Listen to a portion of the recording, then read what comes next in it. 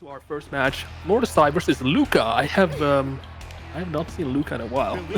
Oh, definitely. So the thing is, with these ladder matches, our master of production Tio Khalil will find us those games, and he did find the first one for us to go. Mordesai's Ladiva versus Luka's Metera, which is, you know, we've seen Luka dabble with Metera from time to time, but now Luka has been hard committing on Metera. A lot more games out of him on that Metera. Yeah, Luka was very notoriously a near player, but didn't actually participate that much in brackets due to a very faulty connection. What a block, but no punish. Yeah, great follow up, go through, and with it, Luka getting more breathing space against Mordesai.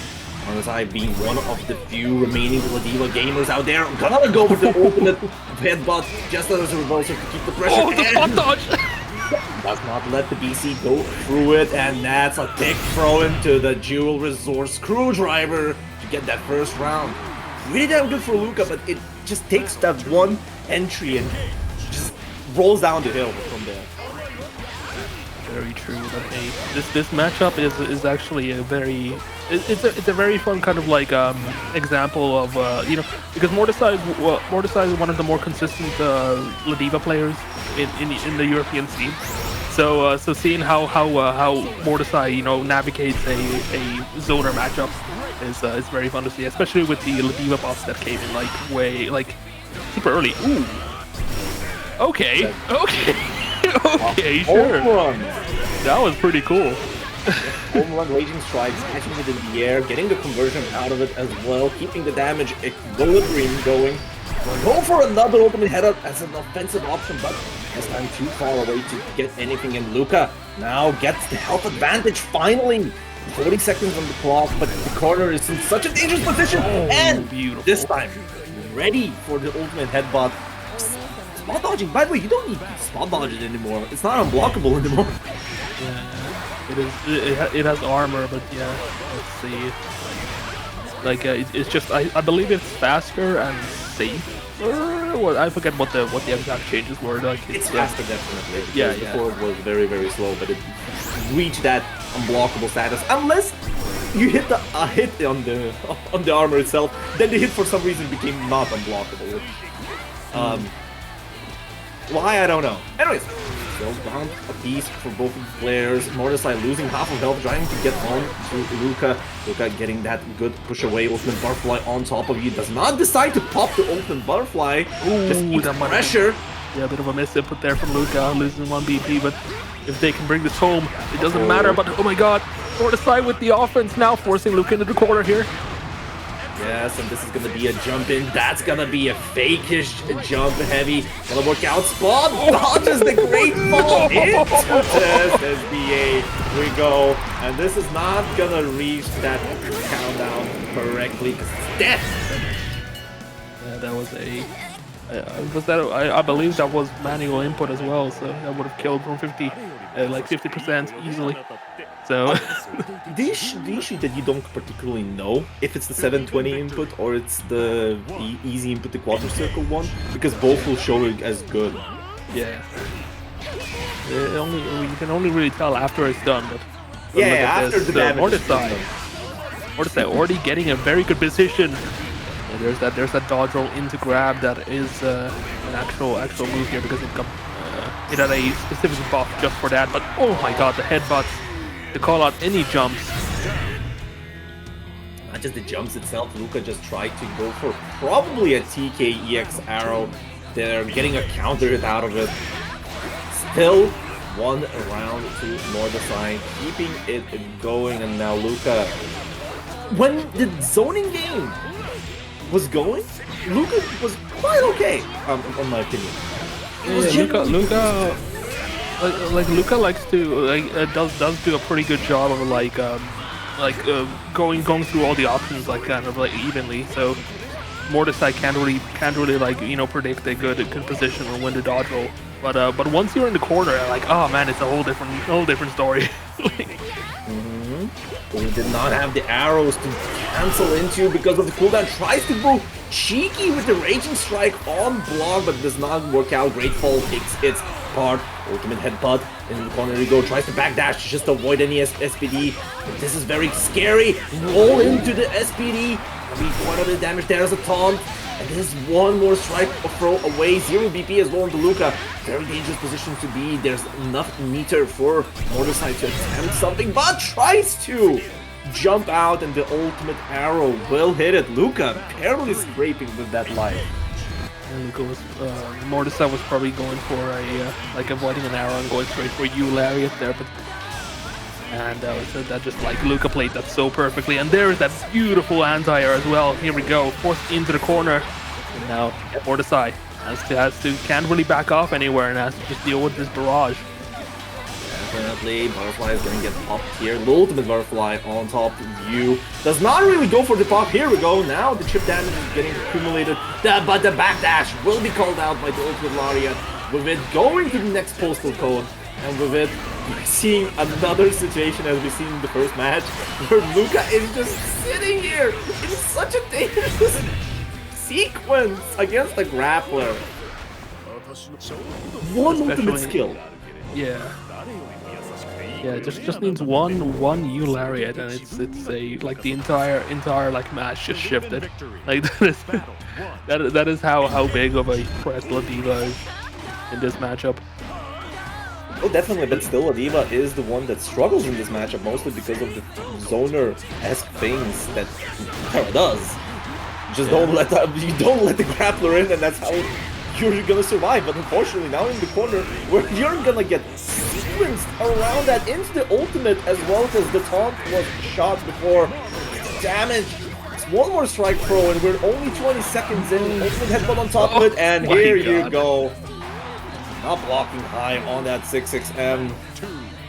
Yeah, very solid round, and yeah, Mordesai now at set point. And already starting off with a dodge roll into SPD here. Another one. Can we get a third? Ooh, tried to go for some kind of you know, setup here for a mash, but Luka playing it correctly, but wasn't playing correctly there. One more chance for Luka. Goes for the headbutt. He gets blocked. And oh. So fortunate! Oh my god, okay, great fall! It is a projectile DP! So wait, It's gonna be TooNington with Lowain versus Sasuke on that Narmaya. Sasuke, I don't think I've seen them before, at least in brackets, but so this is a new Narmaya. So I'm gonna be very interested to see how this guy plays. But you are against TooNington, who does not care. If there's one thing that TooNington does, is not respect you at all. Okay. Oh no. The thing is, TooNington is able to respect you, honestly. To the point where if she's playing a bad matchup, she'll pull out the Ladiva. Did you not know on the Duncan? No, I didn't know that TooNington actually plays Ladiva. That is. Yeah, but the thing is, it usually feels that there is no respect on TooNington's play, because TooNington just plays such a fast Lowain game that you don't even get to register what's happening most of the time. Here we go, bro's get hit low as well, going for that M. Like, those M parries would not work if they did not have the, the trust for you to go for it. By the way, highest damage against BA in the game. Oh, did not finish it! Didn't do the finisher, so no BP loss. Sasuke still alive, managed to hit the Q fireball. Tried to go for the throw this time. Okay, yeah, going for the jab. Plus, that's really close. So that's 5L, right? On Narmaya. Yes, the 5L, the Kagura 5L is like plus 4, as usually it is, but you can make it insanely more plus in general. But yeah, that was a correct decision from TooNington to immediately BC. Just get it back, but here we go, already starting off strong. Going for the setup here, managed to block it in BC, very nice from Sasuke. Holding a little bit, but here comes Bro-Wheel. One tire. Oh, no, it's okay. That was mostly of a bait. Probably was not prepared, but now 0 BP is kind of working. Sand Flash, just shooting it, going. EX Caterpillar and double salad. Not gonna put it in a good position because now the chip damage is putting in the bad place. Ah! I was hoping for seeing the HPA, but 0 BP, you know, throw just kills. If that was more BP, wouldn't kill, but the HPA on top of you just checkmate. Here we go, Sasuke. Oh, yep, yeah, you don't want to mash after that. TK EX move flip is the classic frame trap there. Here we go, Sasuke already with a nice chunk of life here. Drunken auto combos, unfortunately, and gonna just auto combo yourself in the corner against Lowain. No punch on the ultimate VP, but nevertheless, gonna be a confirm of the EX Setsuna into the EX slashes. That will be Sasuke getting the quick round back. Very well played, you know. Sasuke is willing to just play the fireball game for the win in a very risky distance, and I feel like that's what's catching TooNington into those counter hits like fireball. Oh my god! Block button checked. And this time the block button was not pressed. TooNington gonna go for the empty low after the bro setups. With it. God, another block button check. Are we falling again? Oh no! This is into the American resetting of the HPAs. Not getting any kills there whatsoever, but gonna get the chip damage of the finisher. And this is gonna be a retaliation from Sasuke going from the EX move flip into the SSBA. Do quite a chunk of damage, but I think the health is such a perilous position. Sasuke needs to get a very good sequence on TooNington, not getting that neutral, because this is what's gonna happen. The chip damage is there, and the plus frame is gonna get challenged, unfortunately, into the frame trap. TooNington too. Oh. Very well played from TooNington there, but yeah, Sasuke just had to get some damage out at the end. But oh my god, the crouch confirmed. He doesn't have enough meter to actually go for a bigger combo there, so just using everything they have. But here we go, Sasuke playing so patiently right now, just doesn't want to let TooNington get away with all this Lowain DS. Fuzzy, the defense is not gonna work out. The Caterpillar, but the bros keeping the insurance into the corner to go. Transient. Oh! No, he wasn't at the corner. Yeah, it was too far away to get a good conversion out of there. Unless it was switching to Genji, and Sasuke keeping the good momentum is gonna get that kill. Could have been a lot of damage, but unfortunately went just for the moonflip did not hit confirming that counter hit. Oh, here we go. Sasuke is playing way more aggressive now. Like it's I think after those first two games, it's just like, yeah, I think this has to be the best option. And oh my god, a parfait. Okay, that's immediately gonna be parfait. I didn't realize that actually trades. It does trade. Setsuna has the project of the killing unit property, so just kills Wheel. But the thing is, it doesn't hit the Lowain itself. He's still plus $1 million afterwards. That's right. It's no Uno fireball. Okay, keeping its pressure going, tries to go for the move flip, but TooNington, in TooNington fashion, on the last match, gonna pull out Iggy if possible to check if you are capable of playing the Mario Party. And this is gonna be an unblockable on top of it, and another one, no spot dodge. TooNington with Iggy reversing the situation. It's that fun for TooNington right now. Sasuke needs to get a single round win to get on the board. TooNington is just so relentless. Checking every single thing here, and yep, there's the crouch confirm, forcing in the corner here, but oh, Sasuke managed to bring it back, but no! Fireball is not fast enough for two bros in a wheel formation. The EX bro wheel itself, not the EX bro. I'm gonna be doing that, good confirm, and the damage is being done already. Try to go transient in, and I do think this is looking pretty rough. Gotta just spend the SSBA, killing that last one BP, taking maximum damage out of it. But the issue here is, yeah, no, look at the amount of meter that Lowain TooNington has. That's the biggest part. Yeah, one more. It has to go for a combo here. Okay, has to kill with this. It did. Went for the EX Moonflip just to catch TooNington's fuzzy pro teching here, and Sasuke alive, because honestly, what Tapper here mentioned for viewers is, yes, what TooNington wanted to do is one of the classic ways of how Lowain wins the matches. It's checkmate situations with the HBA or Iggy, because those do an insane amount of chip damage and usually just chip you out if you're at certain health triples. And that's how TooNington's be playing, a lot more getting the bar and using it to our best ability. There we go. TooNington now blocking the UDP very nicely, but here we go. Managed to get out the corner, but could not block the U reversal from TooNington. But for the movement again, BC comes out from TooNington. Opens them at 2 BP. U Setsuna does not hit. Double Me is gonna get that health advantage back and going into the movement. This is gonna be fireworks all the way into. Oh, doesn't kill. Doesn't kill, but it's gonna be very rough. Ultimate movement for a Hail Mary, gonna send the bros. Oh, he's still alive! Effectively, still alive! Oh, if only Sasuke had enough meter for a U moonflip, they could have avoided that cat boss. Oh, here we go. Too far away for the come at me, bro. Hit the Setsuna is gonna work out. Tries to go for the Kabalo. It does not matter. Threading the needle between those bros with the OU flip. And that just enters Sasuke into a brave entry, punishing the 5U, getting the good damage. But unfortunately, very active on the defense with the MDB will keep TooNington a good advantage at you. And now that's only a chip out coming in. I feel this is gonna be chip out. To find out, Sasuke still has a last possible chance here. Managed to get the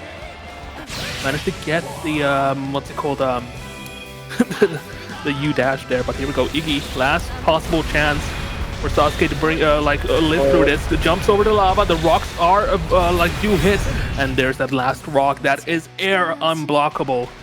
Yep, definitely fearing for the. All right. I was trying to somehow segue that into this match, but I can't find it. You cannot segue the man himself, the Dudeakoff, the first of 3 heralds. Gonna be on that Metera gaming against Xtatic. Lopez Gamer at our European players rejoice because Evo changed their rules because of Dudeakoff. It's only because of Dudeakoff, no one else. Absolutely, no. We all respect Dudeakoff so much. But yeah, this is gonna be interesting. So Xtatic on the Bubs against the Duda Rats. So it'll be interesting to see how because obviously Bubs has the teleport, but the teleport is such a risky move. Oh yeah, definitely. You will take a huge risk upon it. Usually the dive is a more effective tool against zoning in general, but I haven't seen Xtatic to get even a chance to go for it. Dudeakoff playing so fast in this match, probably in the ladders, just keeping the pressure going and from it getting the round up. Very true, but also with the dive, Dudeakoff can obviously just go for Great Fall. As an option, and you also just that. But you have to be prepared for it. You basically need to see Bubs in the air with it. If the dive is used more preemptively against projectiles, it's more effective that way. The issue is, the Xtatic was just jumping. And here we go. We get ourselves our ultimate Chaos Caliber to start the pressure going. Dudeakoff, we're gonna use that second BC with it. The position for himself, getting Xtatic into the corner.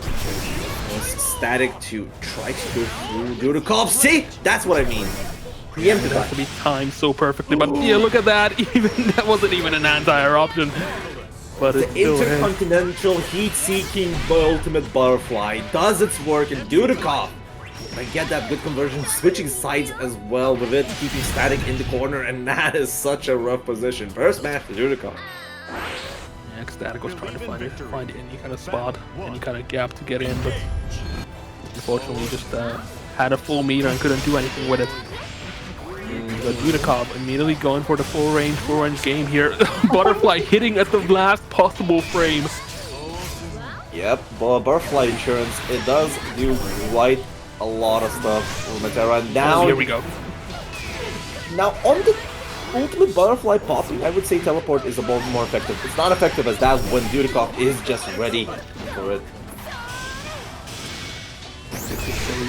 Trying to kind of catch Xtatic here. Goes for Karma. All right, you butterfly on the screen. Going for the teleport. Beautifully done from Xtatic. Unfortunately, yeah, Dudeakoff is ready with the Oki. The Metera ass is gonna be used once again after it got buffed a lot. Dudeakoff and Bonsai have been using it a lot more. But at the same time, it doesn't matter, because Dudeakoff, with the ultimate butterfly on top, keeping the round count going, and not letting Xtatic even go into the second round like that, to even approach Great Fall, the reaction to jump, and catch that teleport as well, pressing buttons. You know, not looking good for Xtatic here, Taffer. Definitely not, especially when Dudeakoff is so ready to just punish those teleports. But here we go, once again in the corner with you butterfly, and oh my goodness gracious, that was just a close heavy. Oh, that pop is tough. I would be so mad. Holy. The thing is, he teleported the ultimate butterfly. The further away you are from the butterfly, he just accelerates to the speed of light. And the thing, almost getting the pop off there would have been so insane if that happened. There we go. 2-0 for Dudeakoff. One final game to move on to the next match, and Xtatic now at the Razor's Edge. And they bring this back. They've shown that they can find gaps, but it's just, is it enough? Right now, it doesn't look like it. An awareness of the spacing, going for the 1H instead of the. It's 1H or 2H? I think it's 1H is the third. You check that. No. She has 2 H's. It's 2 H's. Yeah, I know that. Yeah, I just call it anti, like vertical and then slightly angled. Slightly angled, huh? Okay. Yeah, 45 degree and like 85 degree. Oh, definitely. We're gonna be calculating tangents here as well. It's really neat exactly. to speak about Metera's anti-airing game, because it is complex, to be honest. But at the same time, Xtatic hasn't been really getting a lot of chances to play that, because most of them were really reactive options with Xtatic in dive game in general. So here we go, Dudeakoff, keeping the pressure going and damage as well. Butterfly on top of it, does not pop it just yet, but it doesn't matter. The feather is not gonna come out. Ultimate butterfly popped up, and with it, Dudeakoff with the fast 3-0 over Xtatic. Nicely done and a very solid performance. Very also maybe Xrd, but here we go. Hey, talking about, you know, representation, we have got a Vira. So yeah, Yuna on the Vira here.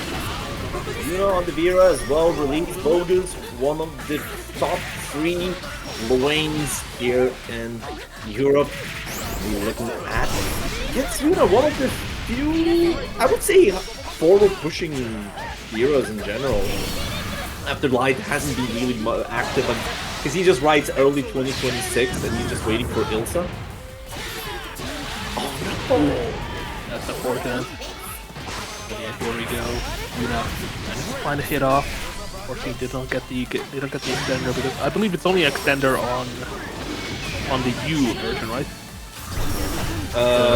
Scarlet.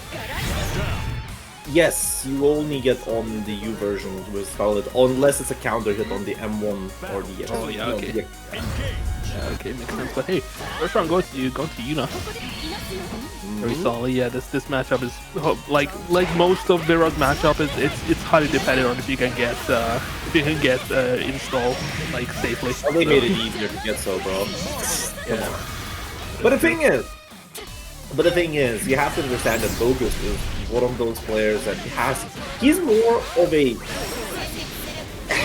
I need to make a comparison. Oh Jesus Christ! Oh yeah, that was so beautiful. Yeah, I was like, I saw that coming. That was so beautiful. Here we go. In the combo. Not gonna get the kill though, because combo limit. Oh, 40 parry, but it's not gonna. Yeah, it's not gonna fall for it first game. But You know what's the funny part? Bogus could have taken that. It was not punished. Honestly, still, what I wanted to mention is that we've seen TooNington just a bit before in the ladder matchups here, but Yuna is TooNington is a lot more aggressive over Lowain, way more faster. Bogus, on the other hand, is a bit slower as a Lowain player, but he's very adept at defending out of very, tight positions. He has really good timings on the fuzzies, and he can get out of the positions quite easily, as well as he really likes to go for those checkmates a lot more than the other Lowain players. Yuna, on the other hand, is just, I would say, a player that really likes to optimize the little things. Like, the devil's in the details kind of player, if I would say. Yeah. Like talking about optimizing there, what a bait on that BC. And yeah, Yuna's just dominating right now. It's doing a really good job. But, oh yeah, 6XL perfectly getting rid of the bros as well. Yep, not letting the bros go through 6XH on the Lumi. No, it's really going for that stop out, but it's not mad. -2. Turn back. Caterpillar working out, not gonna pick it up just a bit. tuhojuho hitting at the tip of the toes, and now Bogus, as I said, it's slower, allows to wait it out and catches that ultimate DP, and there's gonna be a setup into the bros, not blocking high, and Yuna is gonna die here to the SBA, I think. Yeah, I was very surprised that Bogus went for the reset instead. I think that's what caught Yuna off guard as well. Yeah. Playing that little mental game while you getting comboed. Oh dear God! We got Scarlet though, getting rid of Cat Boss. That was such a risk, but another 6XH. The thing is, you can get a combo with counter hit 6XH by itself, but what Bogus did was he just jumped into Lumi and Yuna just pressed the button, tried, well, maybe 6XH, 6XL run. Oh my God, Bogus is 5U check. That's very bad for Bogus, because now that's an install with full meter. And you know, Ultimate Darkane like this is an insane tool now on it, as well as getting Yex Darkane as a reset option. On the side switch. That's gonna be a full combo right here, ladies and gentlemen. And with this, gonna kill. Very, very solid from Yuna. Now we have 2-0. Bogus not looking too strong here. Hasn't been able to crack through Yuna's offense. And look at that. Talking about offense. Those Lumi setups are insane. Like Luna, I think, like, you know, like Light and Luna. I think Yuna, I mean, I mixed them, I fused them both together. But yeah, Yuna really likes to optimize like Lumi setup. Like that is, I've noticed that. The Darkane here. Keep working in. Tight. Oh, we've seen trading here right now. Managed to block the DP, and it's gonna be a big chunk of damage. Are we going for another reset attempt or going straight for HPA? No, here comes HPA. Yeah, as I said, playing it very slow. Bogus allows those DPs to go through. Also, the highest damaging SBA. Just saying, he needs that damage. We're gonna go for that damage. But the macro incident! Oh yes, SBA on the table, but oh yeah, I think Yuna was trying to go for it. Like he was trying to find like some kind of like was trying to shimmy into SBA or SSBA. I mean.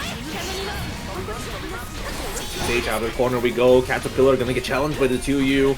I'm gonna let Bogus to get anything out of it. tuhojuho gonna get punished with a jump in, and that's gonna be a install, a discount install for you if you really need to. Tries to go for Darkane plus frames. Gonna get BC'd out of it. Catches in the air, and Awesome Sauce got a good corner carry.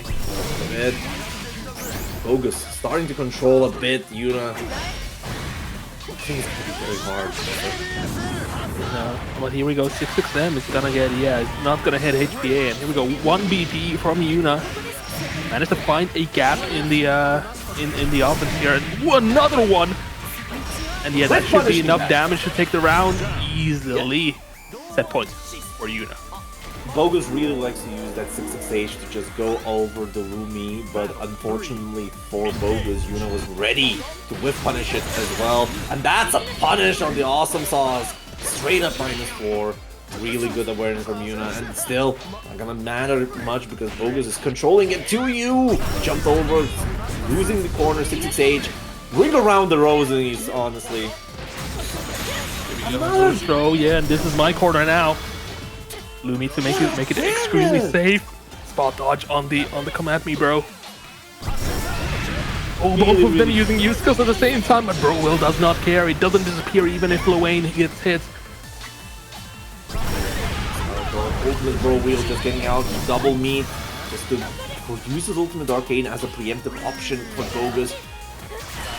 Barry is gone, but Yuna is too Oh no, let that play DPC, and this is gonna be a full cash out. I don't think it's gonna kill just yet, but it's gonna leave a strike throw with Lumi on top of you very hard. Ultimate, come at me, bro, just to get out of position. Goes for the jumping, but unfortunately does not get the full combination. Probably hope, but the spaghetti evens the health count at this point. 30 seconds on the clock, still 7 points for Vira. And without getting another work out, tried the BC, but didn't work out. Count this yet. There was no install to convert for all of that, and that's gonna be. Oh wait, this is gonna be a lot of chip damage. Yeah, Yuna needs to play this perfectly. It's getting very close, and there's a demon. He's not dead yet. No, Bogus is still alive. Going for another hit here, and there is the 2M.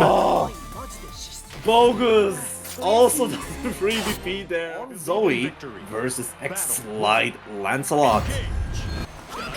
Yeah, Exslide I've seen a few of Exslide, but yeah, Watori, was on the Anila, one of the launch Anila players. Okay, look, very known Anila gamer that said that he will die for Anila, will keep on playing Anila till end of the days, suddenly became a Beatrix and a Zooey player. Just saying. Very curious, very curious. Curious indeed. Anyways, the small dog that EX the Thunder out of it, a good conversion out of it. Get some barb with the 5U ender. Not gonna spend it up. It's sliding under with that 5U.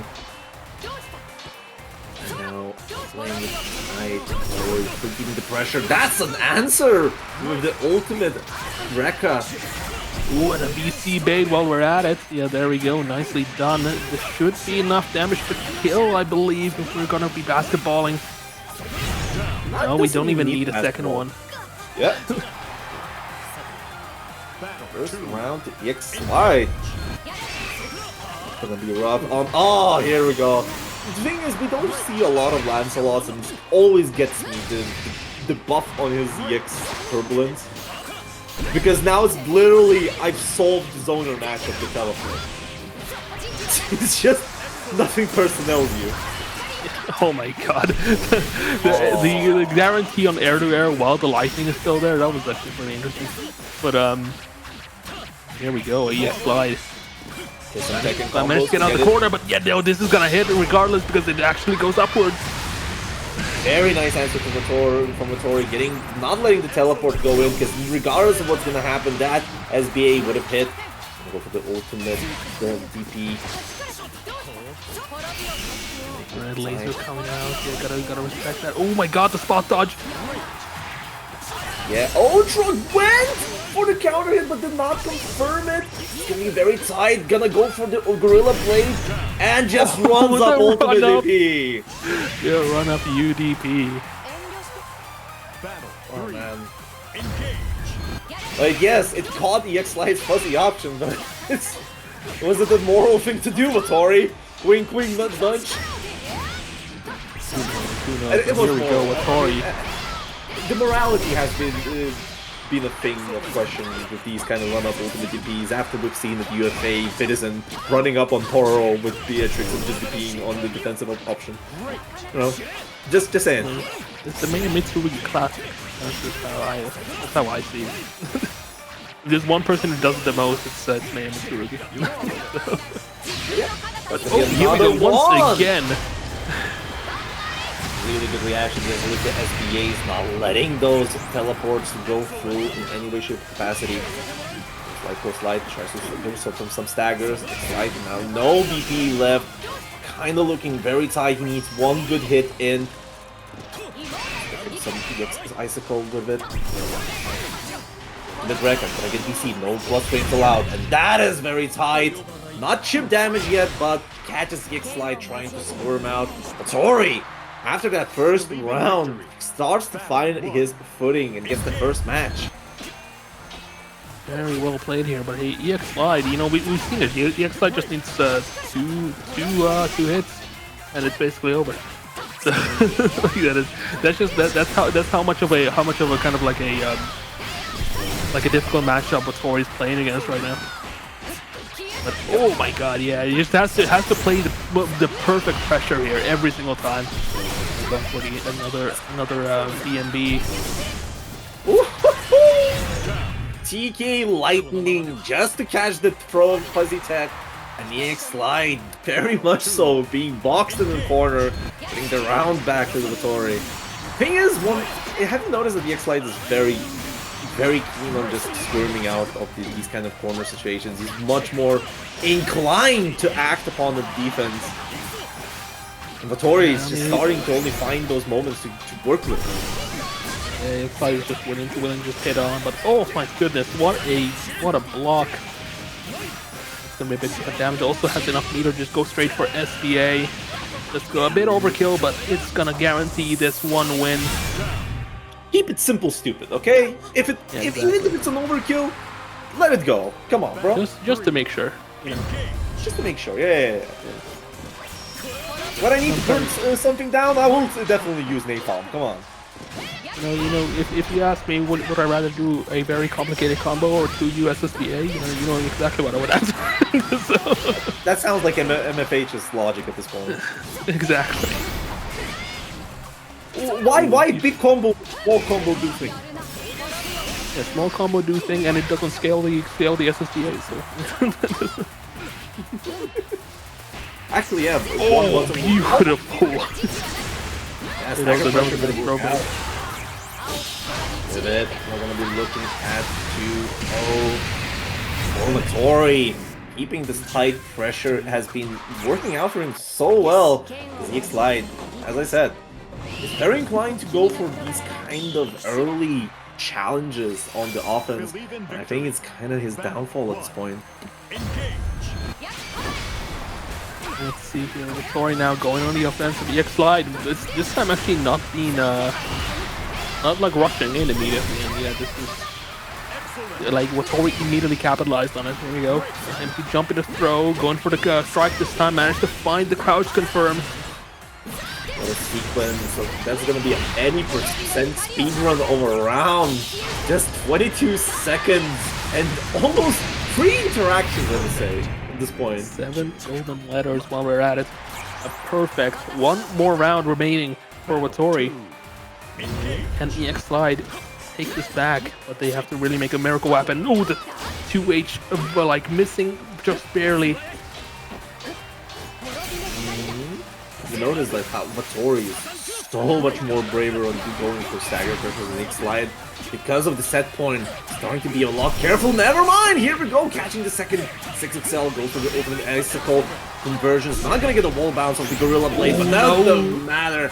Blows heavy as a counter hit, doing quite a chunk of damage, does not have enough meter for it.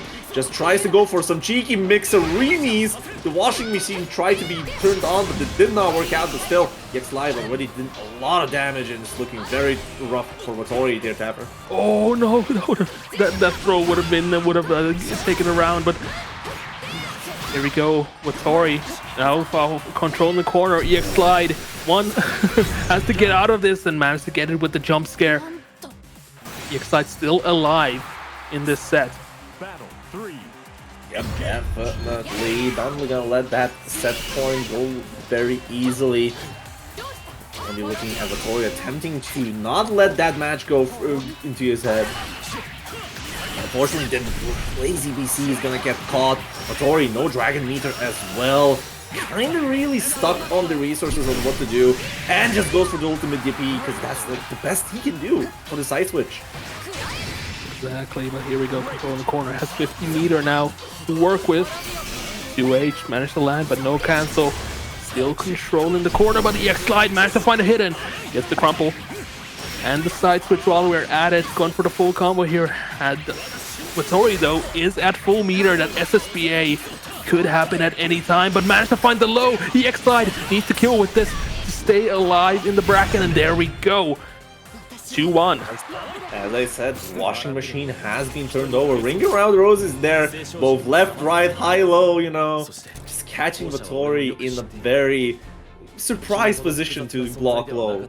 Everybody knows that holding the guard button and pressing down is kind of rough in these kind of situations.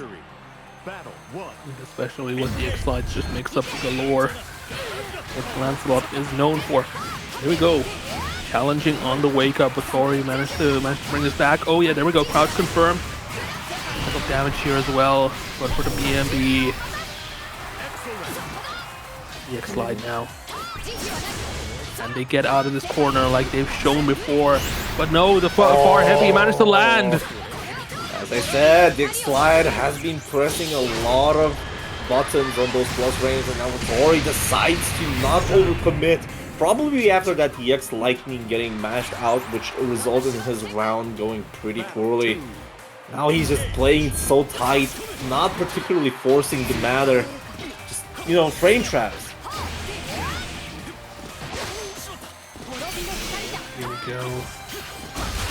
Taking a little bit of a breather there. The throw does not connect. The Exslide could have kept the pressure going, but now Watori is back in control. 6XL managed to land in the corner. For the full BNB here. Actually going for a different version of it. UDP from Exslide managed to come through and hit in the side switch while we're at it. Watori though has control back. Yeah, control back indeed, and that's gonna be last BP to get the Raging Strike, Raging Chain combo. Does not have to do more with, goes for the Ultimate Dragon setup, but hell, that was a bait. EX aerial spinning. About qualifications here, Visuals versus SemiStable. You know, the Uno qualifications character here. I think the only Uno player in the bracket as well, so. Definitely. So let's talk about this. Visuals are de facto Uno gamer of Europe. There's a semi-stable newcomer. Also the de facto Uno down player of Europe. Really? He's that big of a down player? I mean, no, he complains about Uno constantly. So like, you know, your character it's Uno's a gambling character, so like that's kind of like comes gambling character. This guy only does mids. How can you be mad about the mids and throws character? Actually, you can. This guy is annoying. You know, he has very slow normals, so that's probably why. But here we go. Oh my goodness, SemiStable managed to find a gap there, but just wasn't fast enough, unfortunately. But you have to remember one little thing when it comes to Uno by itself is that Visuals. Okay, do you know that there's like a guy that makes spreadsheets of Crystal Council on the rank for this game, right? Yeah. Which are like the first 10th place and what's the 11th? Oh my god, this is gonna hurt. Oh yeah, that's gonna hurt, yeah. Oh Jesus. So there are like comments in general, and the comments made by the spreadsheet guy. And one of them is that known EU Uno fell off? Question mark? And I don't think that he just stopped grinding. He's still here. Like, look at him go. Yeah. No, he will. Like, I find it really funny. Like every time, like I fought against Visuals like in brackets, like maybe like twice, and every single time I managed to get at least one game or one round, and it's like it's always with the dumbest ways. Like because that's just how the character is. But it's like, ooh, boxing. He didn't go for the parry. Or SemiStable, I mean. Unfortunately, gonna get ourselves a fleeting spark on top of it to finish off the combo. Still a lot of damage. Chip damage on the ultimate mantra wheel. It's insane. That's gonna be a basketball combo, man. Just basket B with it, wall bounce, and that's a drop combo. No! Yeah, didn't hit the far heavy. All right, bouncing, hopping over.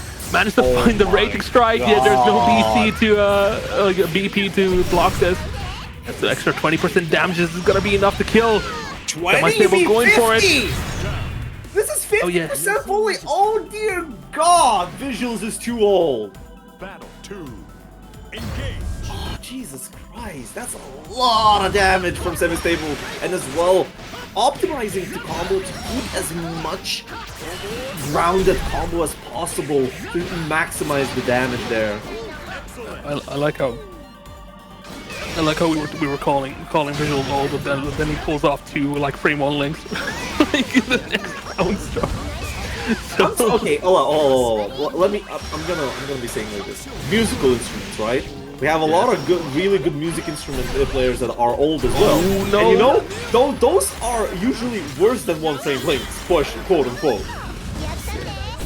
You know, you can do one frame links if you're old. It doesn't matter. Here we go, 0 BP for Visuals. They're getting banished to the moon here. SemiStable could bring this back. and even out it to 1-1. Let's see, going for the throw, and yeah, that was the correct decision for SemiStable. Victory. Definitely 1-2-1. Playing a lot more throw game on those positions, because usually Yuel's one of the stronger tools that she has in the stance is that her stance 2M is, quite frankly, a safe jab that is capable of safe jabbing ultimate defeat. It's like one of the two in the gameplay. So, but the problem is you have nothing to safe jab. This is a parry character. Yeah, exactly. So what SemiStable is just choosing is to not meaty with it, just going for the throw by itself. And it's been working out quite well. What's not working out is the ultimate DPs that we've seen again. And now it's a perfect for visuals. Yeah, visuals didn't even need to block that. Actually backdash twice to avoid it, so like way earlier. So yeah, well played from visuals there. You know, a very dominating round. But oh, there we go, far heavy. No, goes for the medium mantra wheel. That does not link. Does not link. That could have been a punish as well, because the M mantra wheel is punishable. L1 is like -3 if I remember right. Yeah, L is -3. And then you can do a parry afterwards to catch anybody punching, but that's like RPS, sick RPS moments. So. Somebody did not watch the stop the pop. Ooh, yeah, crouch confirm. Here we go. That's the 1 frame link. Can we get a second one? That's 2 frame. You can do it on standing, that's a 1 frame. Crouching gives 1+, so it's a 2 frame. Ooh, beautiful spiral spear. Yeah, now I'm gonna let the Hanarashi go, catches both of the options, and with it, visuals get that second game 2-1. One thing I want to mention is that SemiStable named himself Grand IRL. He actually streamed before the UFA. I would say, yeah, he does look like that.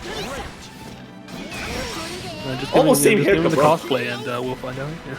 Yeah. True. Just give him poker chat and poker set, and he'll give some chips, and then you'll know what to do. Where he's going all in, bro. Yeah, exactly. And it's such a shame that Tatsu can't be in the bracket, or wasn't in the bracket. So. Yeah. Oh, the miss dispensing is gonna go 7 line spears of lightning.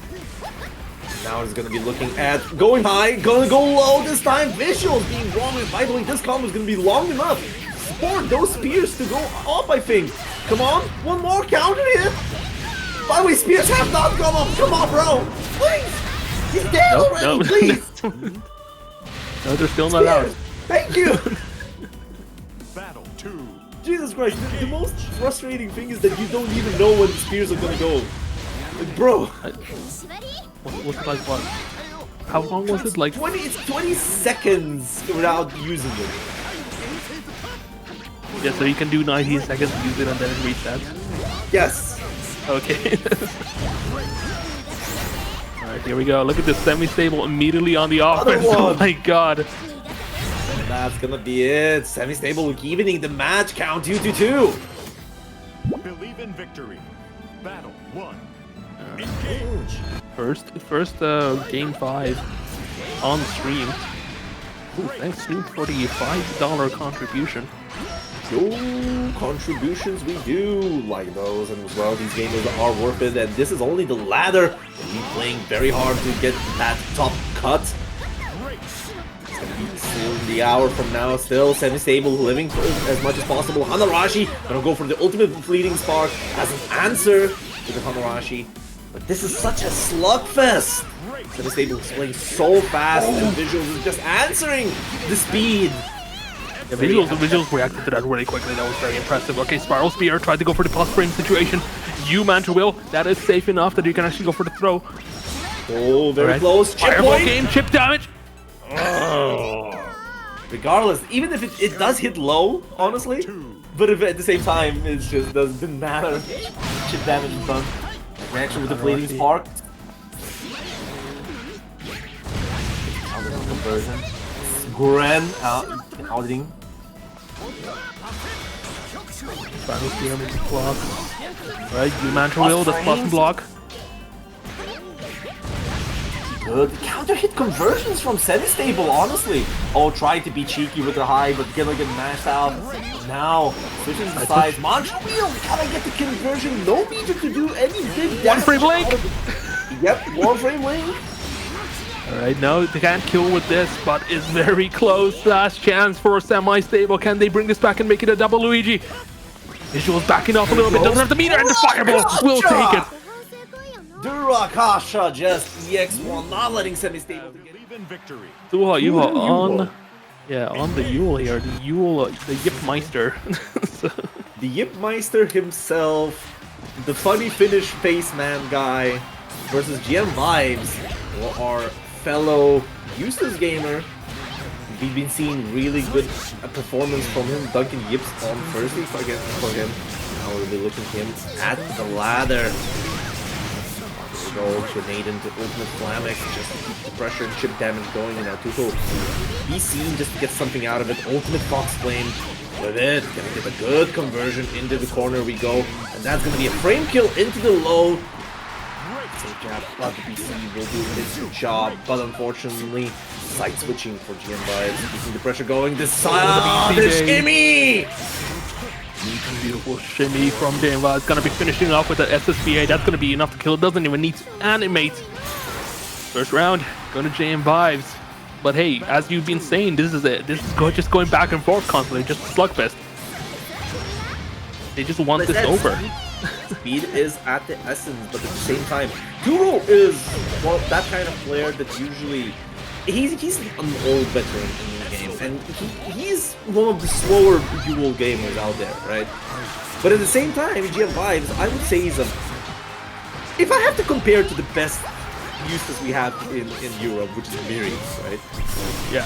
He's a lot more faster and less zoning. He's much more into your face kind of Eustace. Yeah, Metera likes to play the bomb game a lot more than the bomb guy zoning game by itself, and that's a reaction on the slow kill, and it's gonna go right into it. It added it and killed. Oh, that was beautiful. Yeah, no, you know, we like talking about Metera there. You know, Metera likes to do those you know, tweak SBAs on reactions fireballs. And I guess so. You know, I haven't done it myself. You can do it. You just need to unlock your Finish Blood device. Yeah, I just need to play a better character than Vayne, to be honest.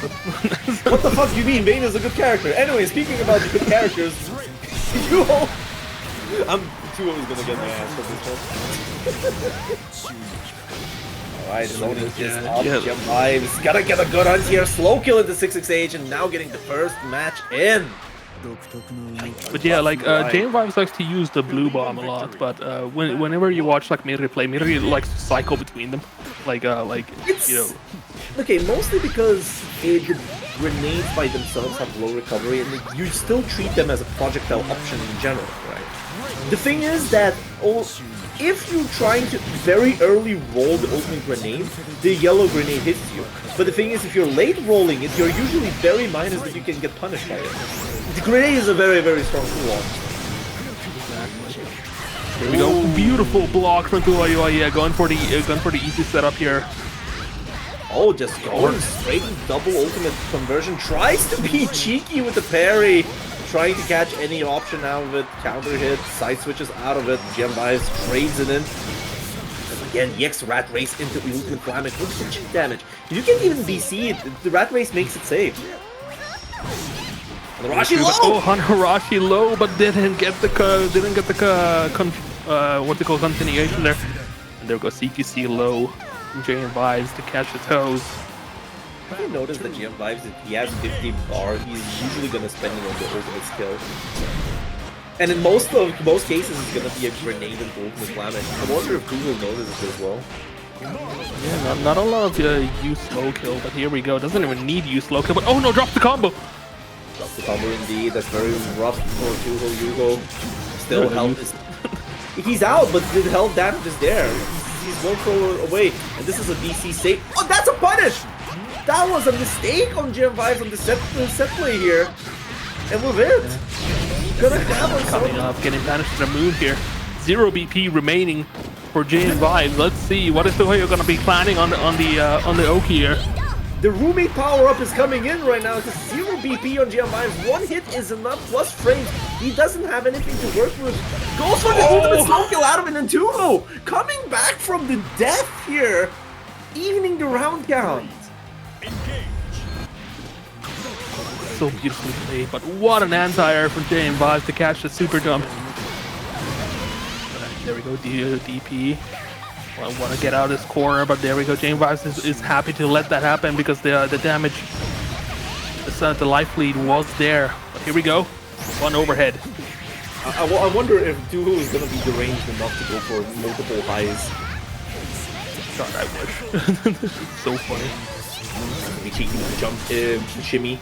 Yuel's one of the few characters that can consistently jump shimmy, and that's just a challenge with the close medium.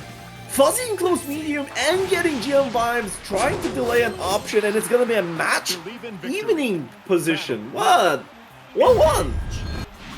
That's crazy. I feel like Toyo found something. Like you found like kind of like a bad habit from Jmvives.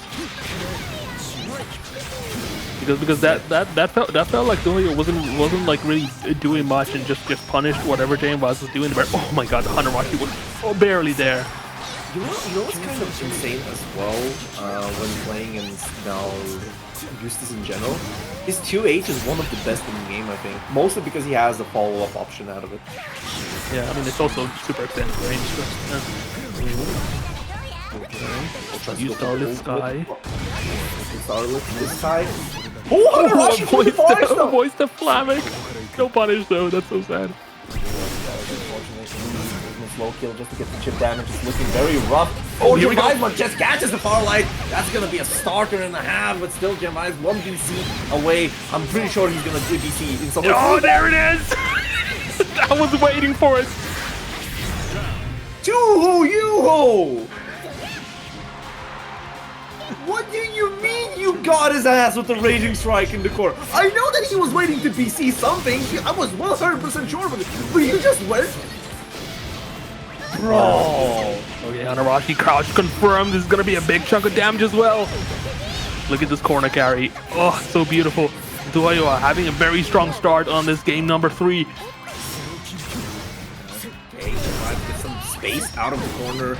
Now Hanarashi not gonna get a punish, but the tech itself is gonna be a Raging Strike conversion for tuhojuho, using that remnants of his bar to get as much damage as possible. Now the strike throw is on Jmvives, and now Jmvives has a mountain to climb back with Tuho with the roundup. Unfortunately there.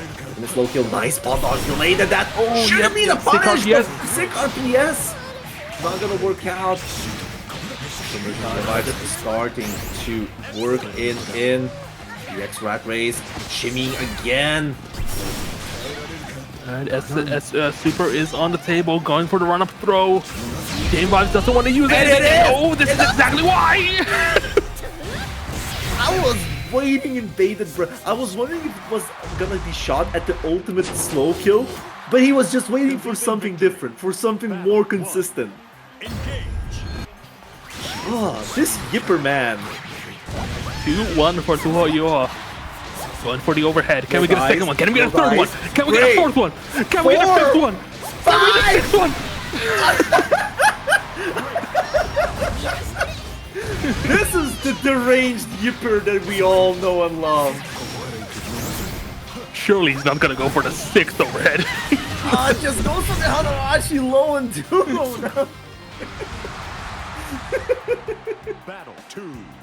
Holy damn, set point Tuho. Alright, there we go. 2H, no continuation though.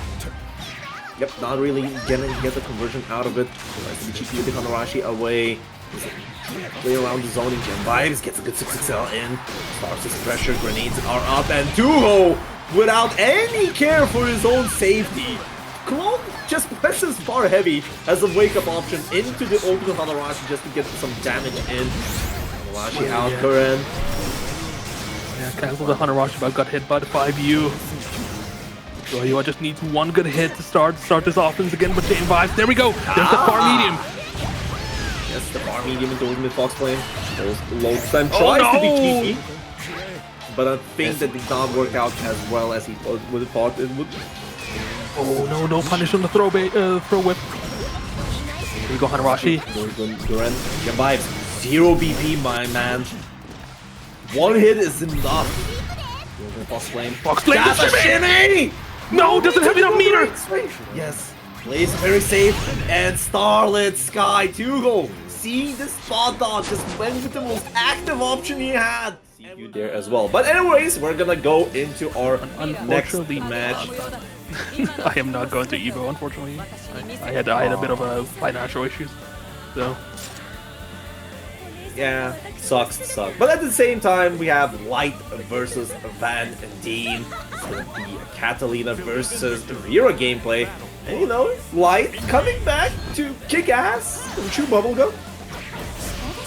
And there are a lot of ass or gum. Which one is it? There's a lot of ass. I'll refrain to explain that, so let's see how Vandine is gonna work out. Yeah, ooh, a beautiful shimmy. Yeah, this should be an easy kill here. Let's see, is it gonna be enough? No, just barely. Barely, even using the SBA's its minimal scaling of 50%, still keeping you at minimum with the chip damage. That Lumi was just spelling doom onto you, and Light just plays very carefully. I don't blame Vandine for trying that, to be fair. Like there was really no other option.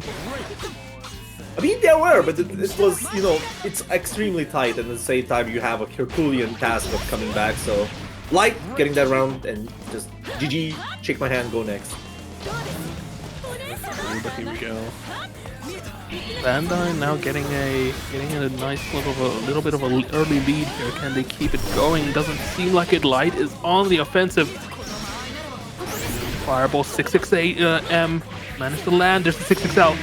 There we go. Light on the offensive now. Can they get enough for install here? It's very close. There it is. It is, but it's gonna be safe because you have enough time to melee afterwards.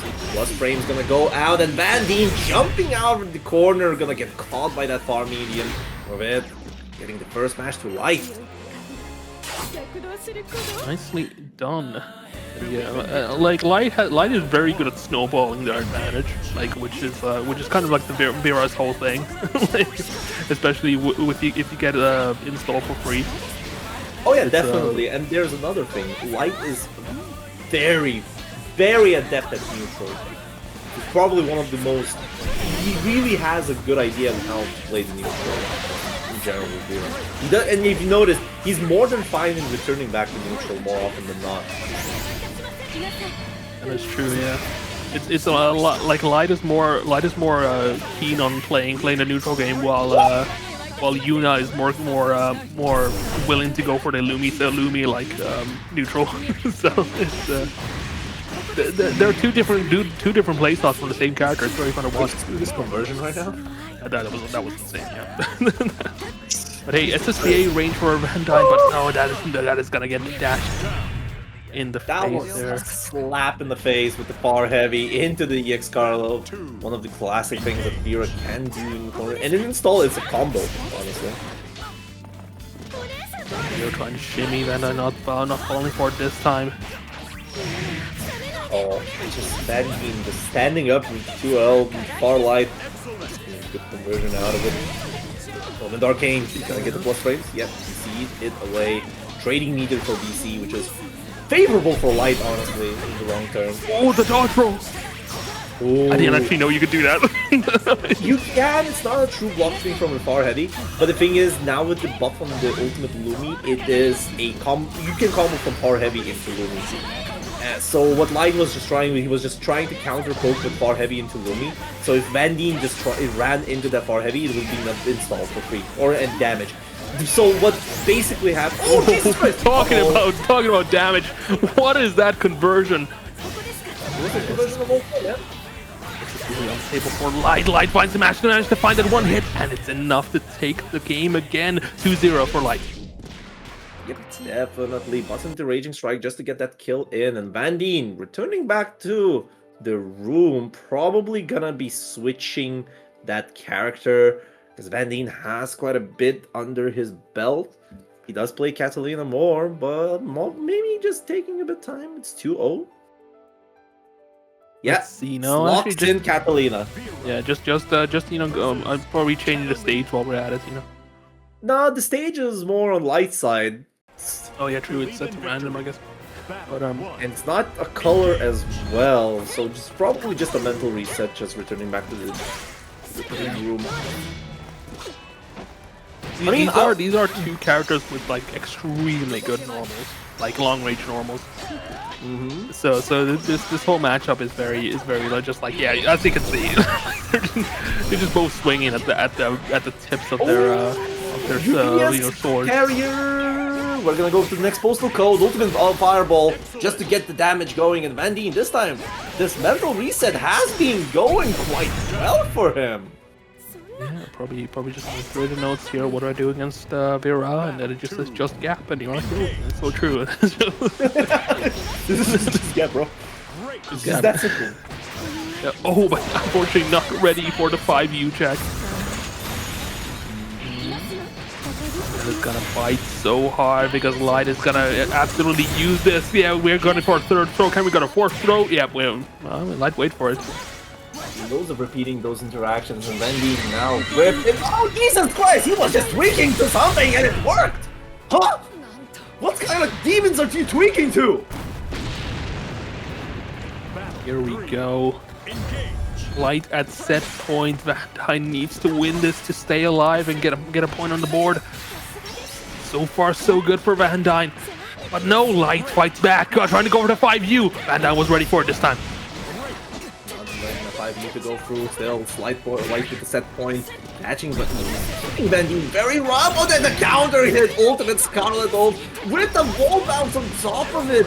Gonna get the good conversion, putting Vandine in such a peculiar position. 1 BP left, 20% damage, and those rolls are gonna start hurting because this is one strike throw away. Goes for the shimmy, catches the 2L mash, and Light with the quick 3-0.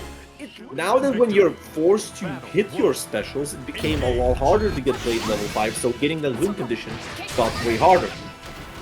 Which, because of it, all the people that were basically abusing the character for how easy it was to win with it, went off and played other characters like that. And let me just remind you, Versusia on the same side, we don't really see any more Versusia players. Even so, that after we've been making Versusia a bit weaker with the changes, she's still as strong as she was before. She's just way harder to play for that win condition.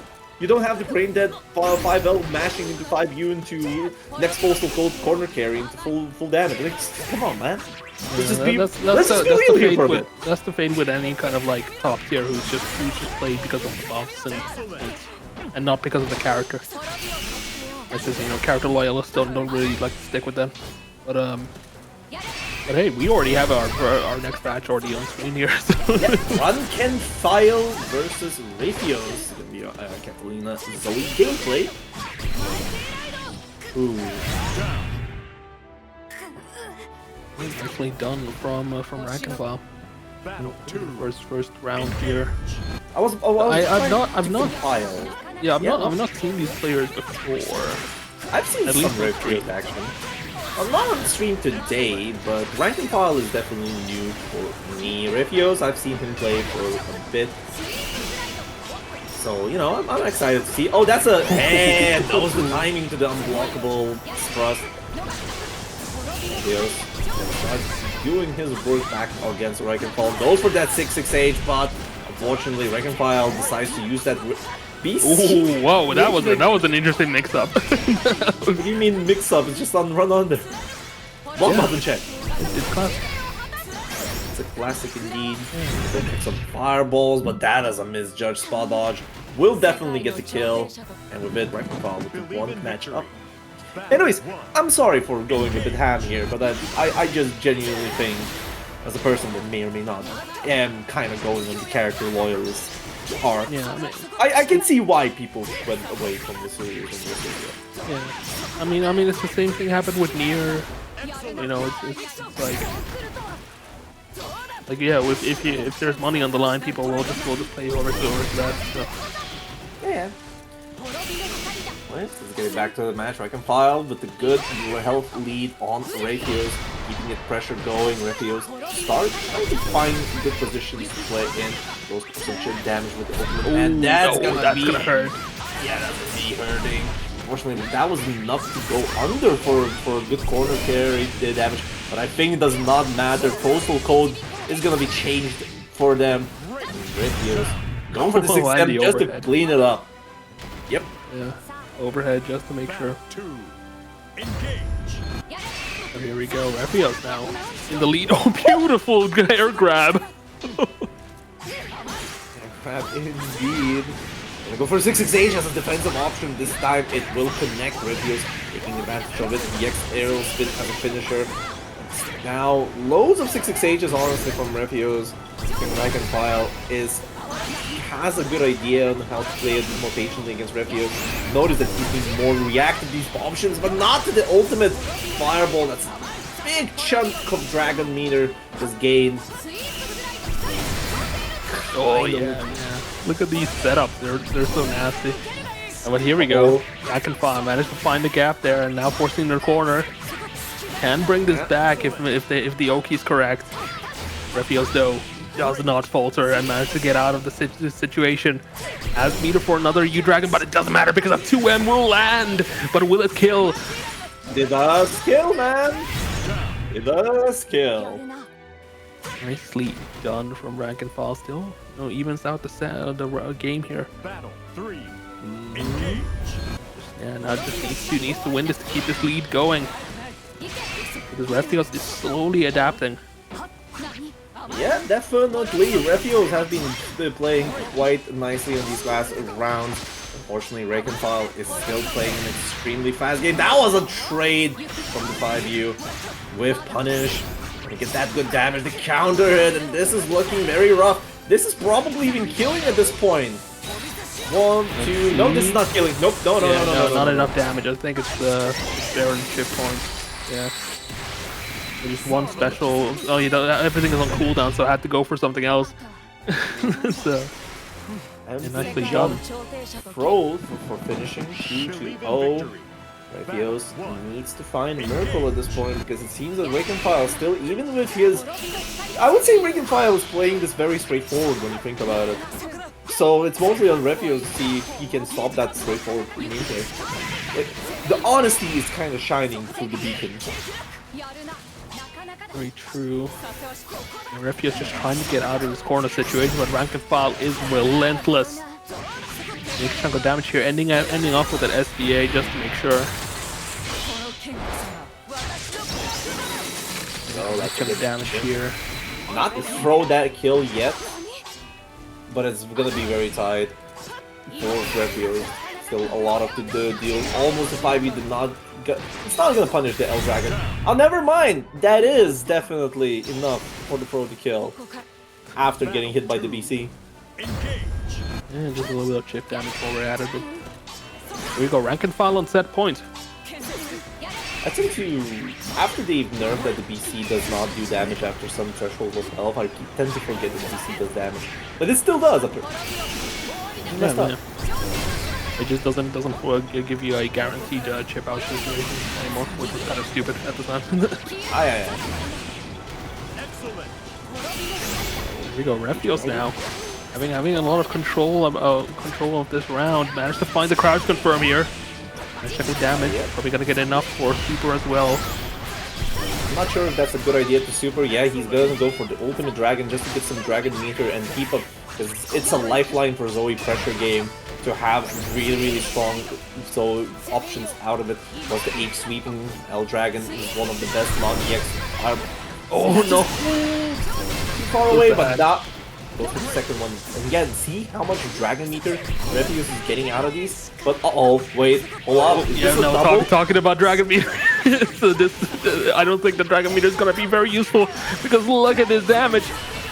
It's enough to kill. Oh, because this was 1 BP, 20% increase on the damage. Alright, so let's get into our probably the last ladder match here on stream. It's gonna be AzazelDeistar on Yuel versus the Sanguiner himself. Sanguine, our French beloved, the happiest GBVSR player. Playing not Siegfried, playing not Belial. He's not a Belial Mario anymore. He's on Vilnius. Interesting. Is this how recent is this wellness change? Like wellness I don't know. shift? I actually don't know, because the Sanguine has hasn't been playing a lot in the brackets in general. He just comes in and he's usually in the offline. But you know as hell he's gonna GB a DP heavy man. And you know Vilnas? Yeah. He's an insane character for having a DP. I'll just say it like this. Yeah, Raj is gonna get DC'd. Could be in the punish as well. Check out. So this guy tries to be cheeky. Shimmy worked out, but no punish out of it. Looking pretty rough. And now going for the full damage here. Oh no, drops the combo. That could be the magma chamber finisher on top of it. I think now Sanguine, because he has the meter, he's gonna be cheeky about it. I'm waiting. Wait, this is killing actually. Kill. Yeah. With the wall bounce as well. Beautiful ender there. Hey. Yeah, AzazelDeistar taking the first round. I'm gonna just call him Azazel. Just Cheval Grant. The Uma Musume character. I somehow dodged the whole thing. I don't need more dodges in my life. There we go, managed to get out the corner, but unfortunately Azazel is just so relentless. And BC gets baited, but doesn't get punished. Yeah, tries to be cheeky now. Sanguine has a lot of health to go, but at the same time, remember, this is a tank of a character, but Azazel answers into reactive overhead there with an SBA. There's a with Wilna's pressure, there is those gaps that you can tweak on if you're just aware enough. But they're just very tight, and you gotta be in the know, unfortunately. One of the things that you can do against Vilnas is you can look at him as Saurus on steroids. And his knee by itself, you can definitely neutral jump, and Azazel has shown really nice timings on it as well. Oh, that chip! Not letting me chip too flash. I cannot speak. What the hell, man? Alright, yeah, no, still alive. Chip point is very close. There's a pixel remaining, so can still survive one more special. Oh, the DP gets avoided. But the 6 kill managed to find the mark. Bro, if that would counter hit, I would have said that Azazel would have died. He would have evaporated. Vilnas does so much damage. Oh my goodness. Alright, so Sanguine. Yeah, no, that's a frame trap. Yep, plus frame galore. Hadron smash. He's believing in it. Oh, heavy. That is plus on block. Gonna work out. This time, DPing it. Yeah, there's a lot of fake pressure, but Wilnas is such a, as you said, Saurus on steroids, and it looks very intimidating, so you're scared to press anything. So. Battle 3. Engage. Oh my goodness. Oh yeah, here we go. Sanguine starting to work in with what Azazel has been trying to work in. That's gonna be a whiff one, and Sanguine not deciding to lose that one more DP. I think that's smart. I think it's smart. Let's see if it works out. Oh, with the jump you. Yeah, and this is gonna be a side switch. The ultimate Hadron smash on top of it. Damage dealt is huge. Or heavy plus frame galore. Look at the chip damage and plus frames. This time Sanguine getting the good kill here, evening the match count 1-1. Also deleting Yuel off stage while we're at it with that view punch. That's what Vilnas does. He literally incinerates you, then nothing, even ashes don't remain. Exactly. Oh, here we go. Stuck in the corner, managed to get out of it though. Looking pretty good for Sanguine now. Oh, not checking the toes, but didn't get the combo. Yeah, not get the combo. That was a very unfortunate position for Sanguine. Spot. Go back. Good. Explode. Look at the damage. Raging Strike. We're gonna go right into the magma chamber here. And this is one of the Vilnas core things. He just does damage. Slow character and does a bunch of damage. You know, thankfully those punches are not plus on block, so. They're -9, all of them. So, but at the same time, they can be spaced. So it's. Oh, talking about spacing though. Not spacing, just patience here. Azazel not letting you get hit by the DP and gonna go right into the Ruby power SSB. We're not gonna see Soci yet, unfortunately, because it does kill. And Azazel round up. Engage. Very solid performance. Yeah, this is a very interesting matchup though, because these are two characters with no projectiles, so it really is just like can Yuel, like, you know, avoid their way through Wilness's like offense, which is very fun to watch. Especially look at AzazelDeistar, like absolutely taking control of this. That control, it does definitely look like a match control to him. 2-2-1. Be looking at Sanguine, kind of split at the backbone, trying to. Let's see if he gets those matches back. We've seen that he doesn't particularly care how if he's behind, but oh god, this time you ain't tuhojuho. No. You don't have the mental fortitude to force the person to block low 5 times in a row. So. Gonna jump out of there, but that's gonna be good plus frame. Another just resets the overhead, catching Azazel in such a peculiar position. This is gonna be definitely a maximum cash out. Into Magma Chamber we go. SBA on the table for Azazel, but Sanguine just needs one good hit. Oh my god, there is the SBA. It's just an SBA, not an SBA. Unfortunately for Sanguine, still 2BP. Oh, but the throwback! Jimmy! I told one of the reasons why Yuel is such a good jump shimmy character. Shalata and Yuel are wanted to do that we can do it. It's mostly because the Yuel has a multi-hit jump heavy that always combos. That's why usually you see Yuel do this. Trying to shimmy once again, but there's the far heavy. Anre gets BC'd. Sanguine still has the life lead going on. Goes for the sweep, but the parry. We'll ignore that. As still in a pretty good spot. There is the block on the DP. Has full meter. Going for the full catch out here. Not killing. Sanguine health, not Sanguine. Vilna's health is gonna be good enough to survive this, but he's gonna still leave a strike throw, which Azazel is gonna just try to go for a shimmy with the Hanarashi, and Sanguine being like Refu, and our last ladder match. My man Khalil is not letting me go beat my chicken. I see how it is. Let's go! Let's get it going! Vira versus Sandalphon. Let's see how it is going to go. Light, one of our best Vira gamers out there, and the Refu.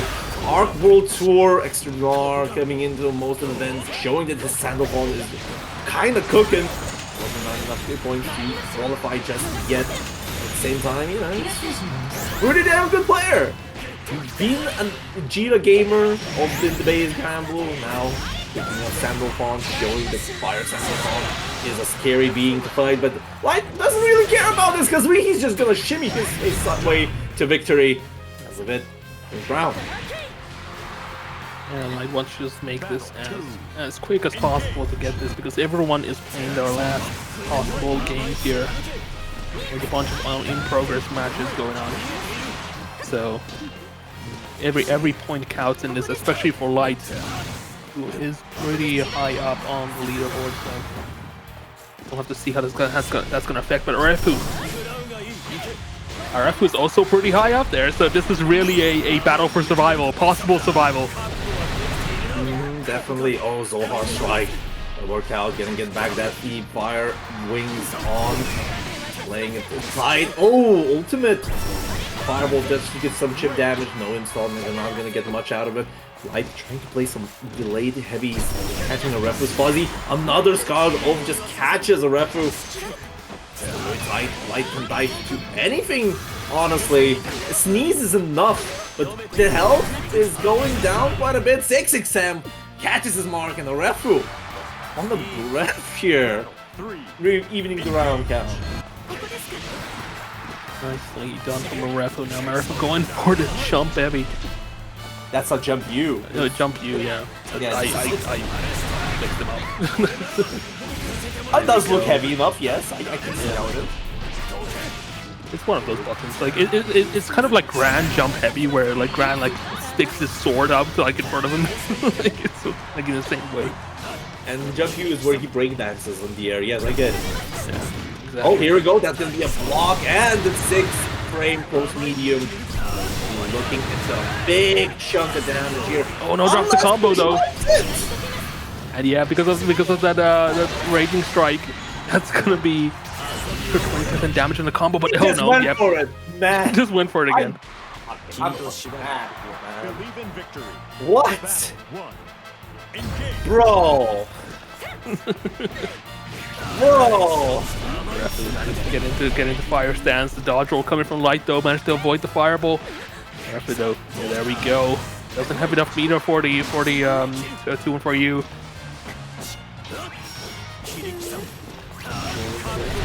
Beautiful play from Light here, but unfortunately Refu is finding the hits, and this life lead is getting slowly like wider and wider. Another Sandalphon gonna be blocked here, and that's an unfortunate position because it does look like a kill for Refu. Getting the round up. Battle 2. Engage. Right, so like not particularly in a good position himself. Nicely done. Yeah, Light managed to get the reset. Big chunk of damage as well, and it's gonna be a nice chunk of also like meter gain. And oh my god, far heavy into you Darkane. Nice chunk of damage, but yeah, not gonna kill yet. And that is definitely gonna kill it as well. But the biggest trap of all time after throw teching, pressing into a 7-frame 2M, but that Vira has.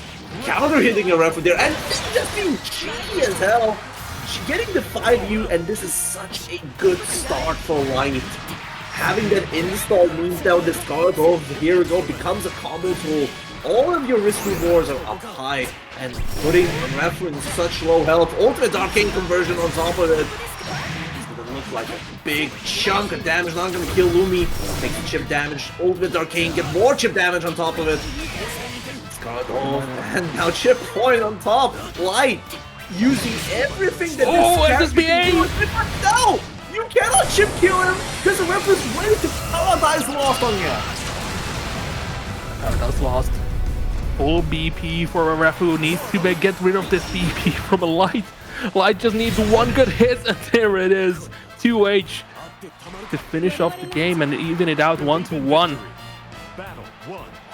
1-1 indeed. Players going back and forth. Light seems a lot more on the momentum this time against the Refu, while a Refu has been getting a lot of damage from those conversions. He just converts all of those trades hits into such painful positions. Like, look at this. Yeah, immediately when he got fire again, went for the combo, and here we go, SBA. Yeah, Sandalphon just for the kill. Refu. Still, as I said, Light is a bit more on that momentum. Yeah, the snowball. Like, you don't want to let a Light snowball. Like, that is, it will end immediately. We did advertise Light as more of a neutral Vira, but at the same time now he's literally sticking this against the Refu. I think the Refu plays neutral a bit better than Light at this point. I think in terms of normal, like Sandalphon has way better conversions because of just the 2-1 for you like existence of 2-1 for you. Yeah. So Light just chooses to go more on this momentum from gameplay, and it's working out so well for him. Shimmy, opening Lumi. Won't be working out that much. Race view. Trying to look into counter hits the Arcane. Already into EX Arcane. Light evening the round count. Gone? Yeah.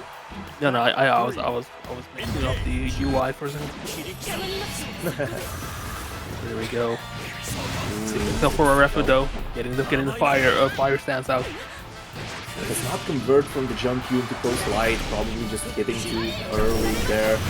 That's gonna be a Lumi conversion to Scarlet Ult, one of the few ways of getting non-installed Scarlet Ult into combo.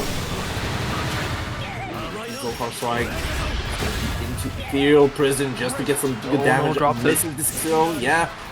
But still good enough. Counter hit DC and Light for some Lumi shenanigans, and that is such a nice stagger pressure, getting the Refu to go for the Raging Striker instead of the BC, and with it, getting the match back 2-1 now.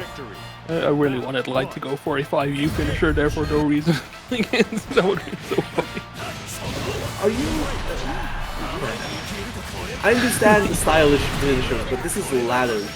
Exactly. One of the last ladder matches, and they are both on high kill match count to determine.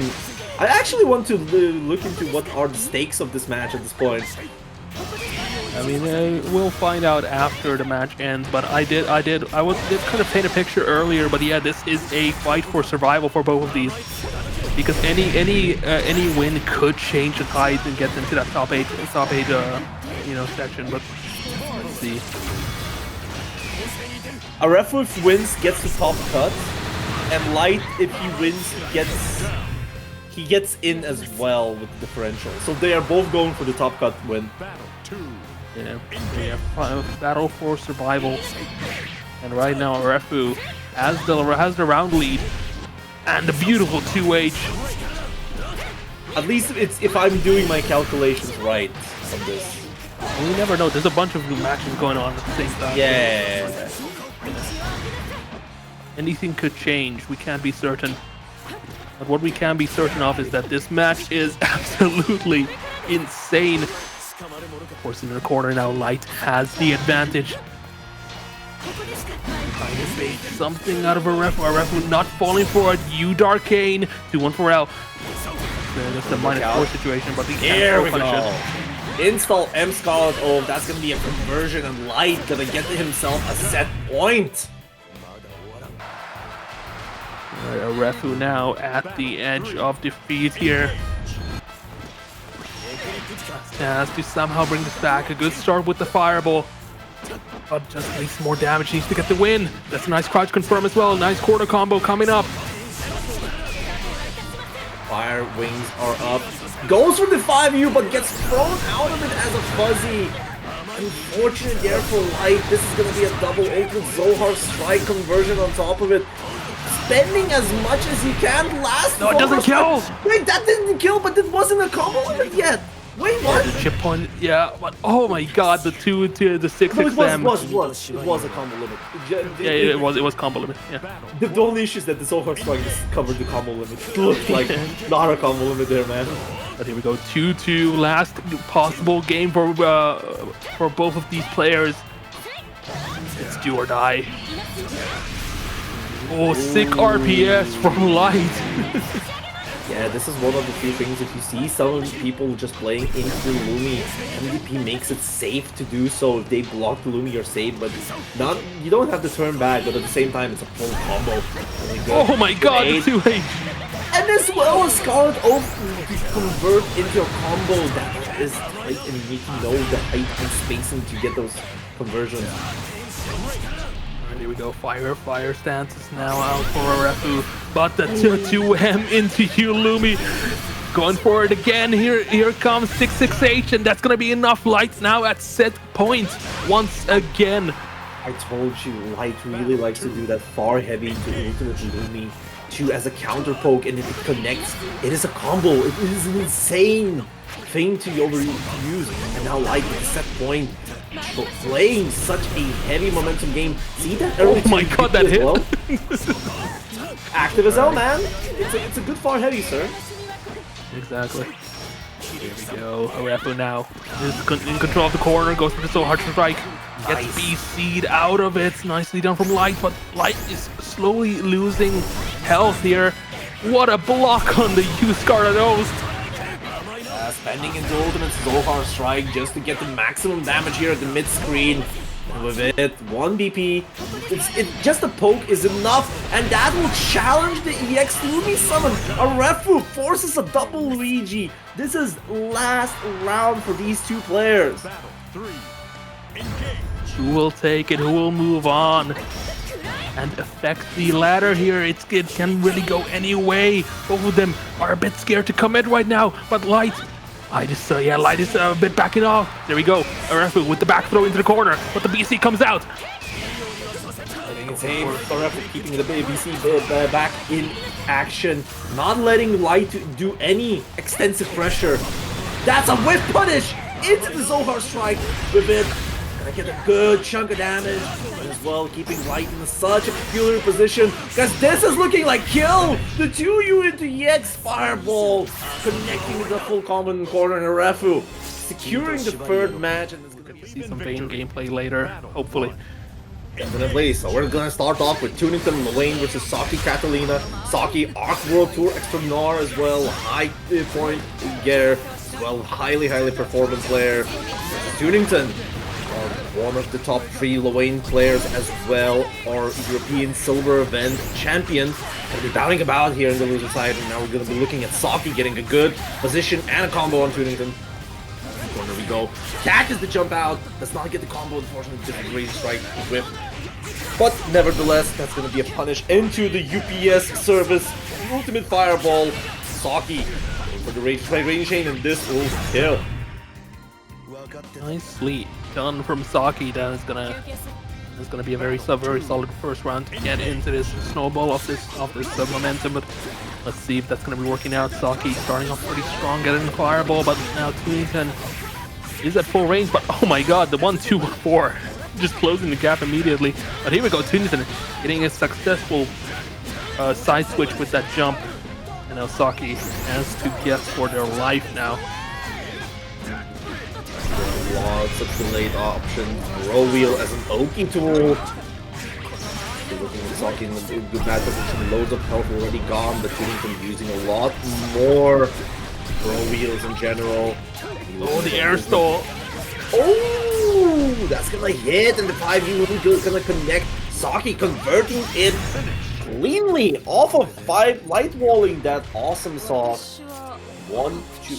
Oh, Saki. Believe in victory. Yeah, very strong start from Saki here. Wants to, you know, obviously the Lowain meter is slowly you know, rising. So you want to end these matches as fast as possible. But oh my God, Saki is so on point with those light walls. The funny thing is with Lowain meter, I think that Saki's very adept at controlling it. He's one of the more effective players against Lowains, and it has shown historically in most of the tournaments as well. So yeah, you know, it's probably a very bad matchup for TooNington here, player-wise. That's true. Here we go, TooNington now on the offense, managed to find the hit off and going straight for the awesome sauce. Probably going for the HPA ender here. Yes, we are. Going for the fireworks ender though, a bit of lower damage, but more consistent. Definitely gonna be good amount of damage, leaving 1 DP as well, forcing Saki in such a peculiar position. The health count is even at TooNington, knowing if you let a Lowain live long enough, the 5Us are gonna come out, and it's kind of scary. Not using it much, but the Frozen Blade finds its mark, goes for the triple Frozen Blade option. That's the enchanted land in the corner we go. Saki catches the backdash, and with it, around.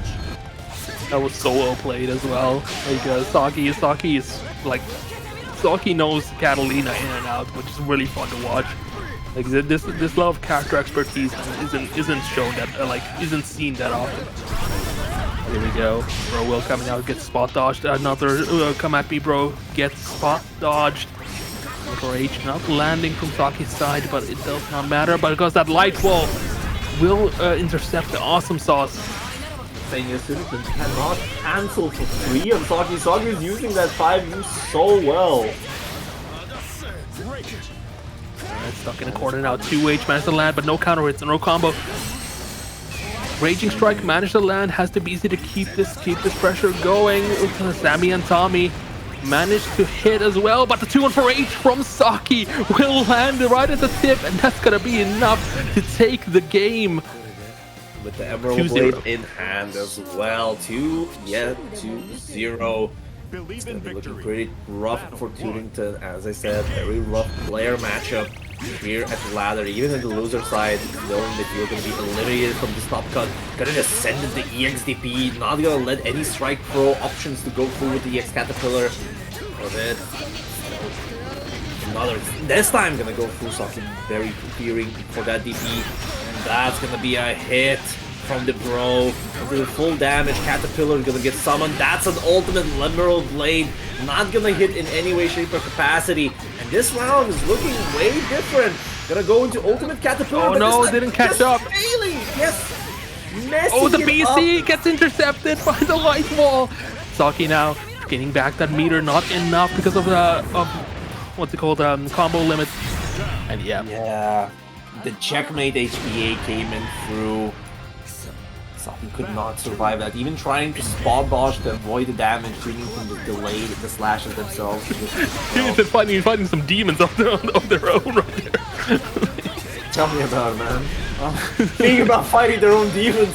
Saki absolutely going for a Ying's P from there. Probably just tried to walk forward and do a fireball. But nevertheless, this is looking like a very straightforward round for TooNington. No Raging Strike needed, just goes into the HPA and with it, finishing it up 2-1. Alright, TooNington starting their comeback right here and right now. You know, was only playing around those first 2 games and now it's getting serious. I'm kind of wondering what's happening with those DPs in general. I think that both of those rounds went very haywire for Saki, but now I don't see TooNington canceling as much, and Saki is just pressing 5 UF the buckets a lot more often. I mean that TooNington is adapting to these kind of light roll situations that we've seen in the first 2 rounds. Well, not rounds, matches, I would say. Oh, was that a frame kill setup with the with the M parry? Yeah, probably. That's very interesting. Yeah, Saki managed to find a gap here. The rockets are coming out. Has to respect those. Spaghetti, unfortunately, there's a lot of health already returning back. Rough. With a 5U hit, that's not gonna go for the better conversion. Well, probably couldn't even get the better conversion. Oh That's my punished. god, the patience, and Saki gets rewarded. Going for the Double for ult the max combo. damage option as well with the 2U fireballs. Has to be He very is careful that- though because that meter is slowly getting up. Oh no, it's not enough. One more hit. Yeah, it's not enough indeed, and at the same time, it's gonna be a cash out in the ultimate awesome sauce, and this is looking like a kill, TooNington. But I was kind of wondering, Saki had enough health, but just from that throw, TooNington almost had the 100 bar. But this time, TooNington just decided to go more cheeky, getting the hit pin. But nicely done. There we go. Saki accepting another awesome sauce with the light wall. Now in the corner, a bit chunk of damage as well, but obviously failed a little bit because of the U skill. But the shimmy to bait out the BC attempt. Yep, Saki not losing the head after that last round, just keeping it head strong, finishing up TooNington there very fast and going for the set point. The important thing is TooNington showing some adaptation can make this match quite a doozy for Saki. Needs to be very diligent in the confirms. 6-6H. Yeah, we're just jumping right now. Come at me, bro. Comes out, forcing Saki in the corner. Goes for a weird side switch shenanigans here, but oh, managed to find the hit in the end. Yeah, so this is a full cash out as well. HPA will do quite a bit of chunk of damage. And with it, gonna leave it at strike throw. Yes, very dangerous, and knowing how well. Oh, that would have been so bad if Saki would have actually got the hit off. But here we go. First throw. Saki trying to make a comeback happen here. It's not just a comeback, it's very dangerous because, unfortunately, tried to BC that one, but did not work out. I was going to say that it was a battle against time, because that was a checkmate health point. If TooNington gained 100 bars, it would be very bad. Now TooNington is feeling so much more adept in this match. Unfortunate Saki. Okay, 5 does This time not activating it fast enough. 2-1-4U coming out, getting punished immediately. Saki will take this corner carry gladly. Gladly indeed. We're next in China at this point with that corner carry. All of it. Getting it safe. Oh no, the bro wheel. This is a Good, very yeah, not trying to dangerous trade. Parfait! Oh, ultimate. The Frozen Blade not gonna get enough. Raging Strike, Raging Chain will keep it stable. And Saki, set point. Yeah, I'm how Saki. Oh my god, that 6XL reached. I'm flabbergasted. And as well, because it was a crouching hit, it was +7 regardless, so that's why 2M bit afterwards. So, Yeah, set point for Saki right now, and look at this start. Already 50% gone for TooNington. Needs to make a comeback happen and forces double Luigi, but Saki is keen on ending it right here, right now. Has the meter for an SBA and goes for it. Not gonna kill though, but gonna put TooNington into a strike throw situation. Gets forced to the game. Strike throw more like the C Iggy mode. Meat, the spaghetti. No, spaghetti come out. Told ya. That's gonna be Iggy and C. Let's see how Saki's gonna deal. There's a lot of health to make mistakes. It's gonna be very tight. Nice relate on electricity. But the health is gonna hit. Still, quite a chunk of the health gone, but it's not a big deal. You have to deal with it, and that's gonna be a wall of the awesome sauce.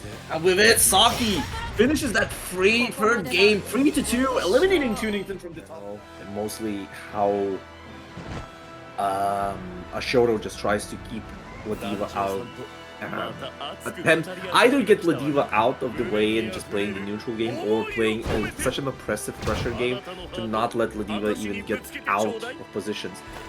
Problem is, Ladiva's defense kinda got way better when you think about it with the 5-frame SPD, and you goddamn know that some Ladiva players, and I would fear to call them deranged, would press that.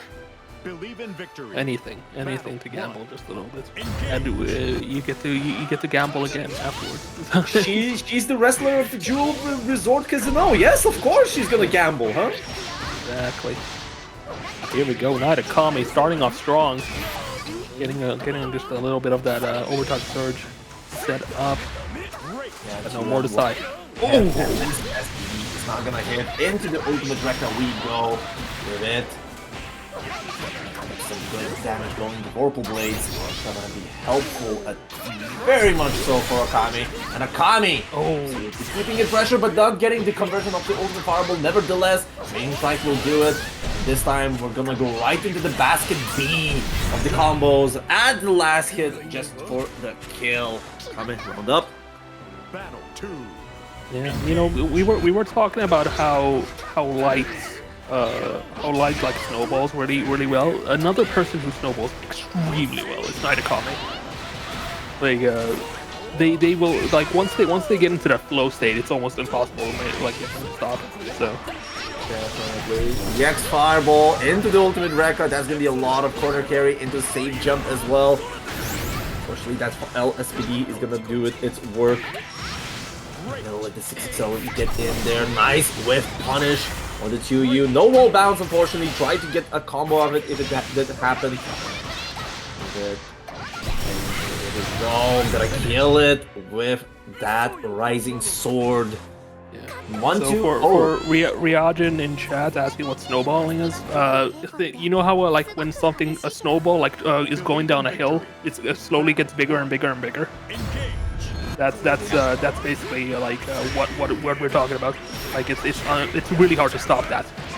It's mostly just playing enough fast and creating situations that would require for a person to mostly guess or to take action, and then you're basically taking full advantage of it. Ladiva, as a grappler, is a very good, this is a very good example of the snowball position. Yeah, exactly. It's like once you get into that position, you can just continue your offense and not really care too much. Like it's but yeah, these are two characters which will like just capitalize on it. But, oh, that DP is gonna hurt. That is gonna hurt so much. Ooh, that's gonna be a lot of damage, but the SPD is not gonna hit combo limit hit just a bit. Went for the rising sword. Yeah, tried to go for EX SPD there. Looking like a massive amount of health to work with here.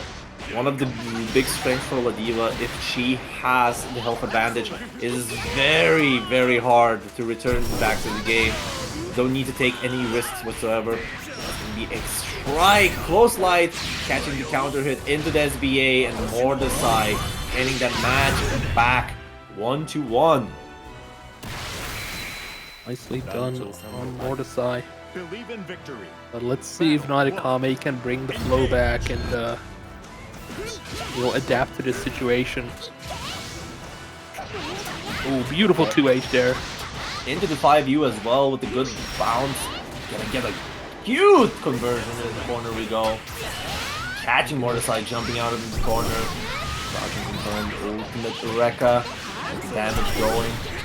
Oh yeah, tried to fight you. Okay, avoided the command grab there, couldn't really punish it. And the Mordesai now gets to force the corner mix up. Yep. What is Narmaya gonna do? Oh, there, beautiful option goes for the UDP. Pulse frame. Oh no! Even if you're ready, even if you're strong enough, you will get hit by this once in your lifetime. Roll into the SSBA pre-buffer. Gonna absolutely eliminate Akame's health, and that's gonna be a round. Yeah, that was a beautiful, beautiful option for Mordesai, but here we go. Narmaya is back for vengeance. Wants to get this as fast as possible. Yeah, UDP doesn't even care. Wants to keep the pressure going, and it's working. Definitely. Have you noticed how Akame is very liberal at using that meter in general, just to get that small chunks of extra damage in the situations? The health bar, difference is pretty big. So Ladiva with that extra HP, gonna get something out of it. You Fireball coming out, 0 BP for Mordesai. 1 hit would be enough, and the 6XL will be that hit. Yep, round for each. Still, even that position for both of the players. That 6XL whiffed on that Lariat, unfortunately, and with it, plus frames gonna be enacted, and this is Ladiva's just stronghold, I would say. X has headbutt plus some frame. Gonna go. Here's the taunt. This is so scary, and this is gonna be a tip throw into the SBA, and with it, 2-1. And nicely done, yeah. But Mordesai now has to just repeat what happened in the last game, but Narmaya has to adjust, has to now overcome here. And look, we've already seen a few adjustments here. Yep. Oh, beautiful shimmy! Oh, Mordesai getting clipped by that shimmy into the full combo we go.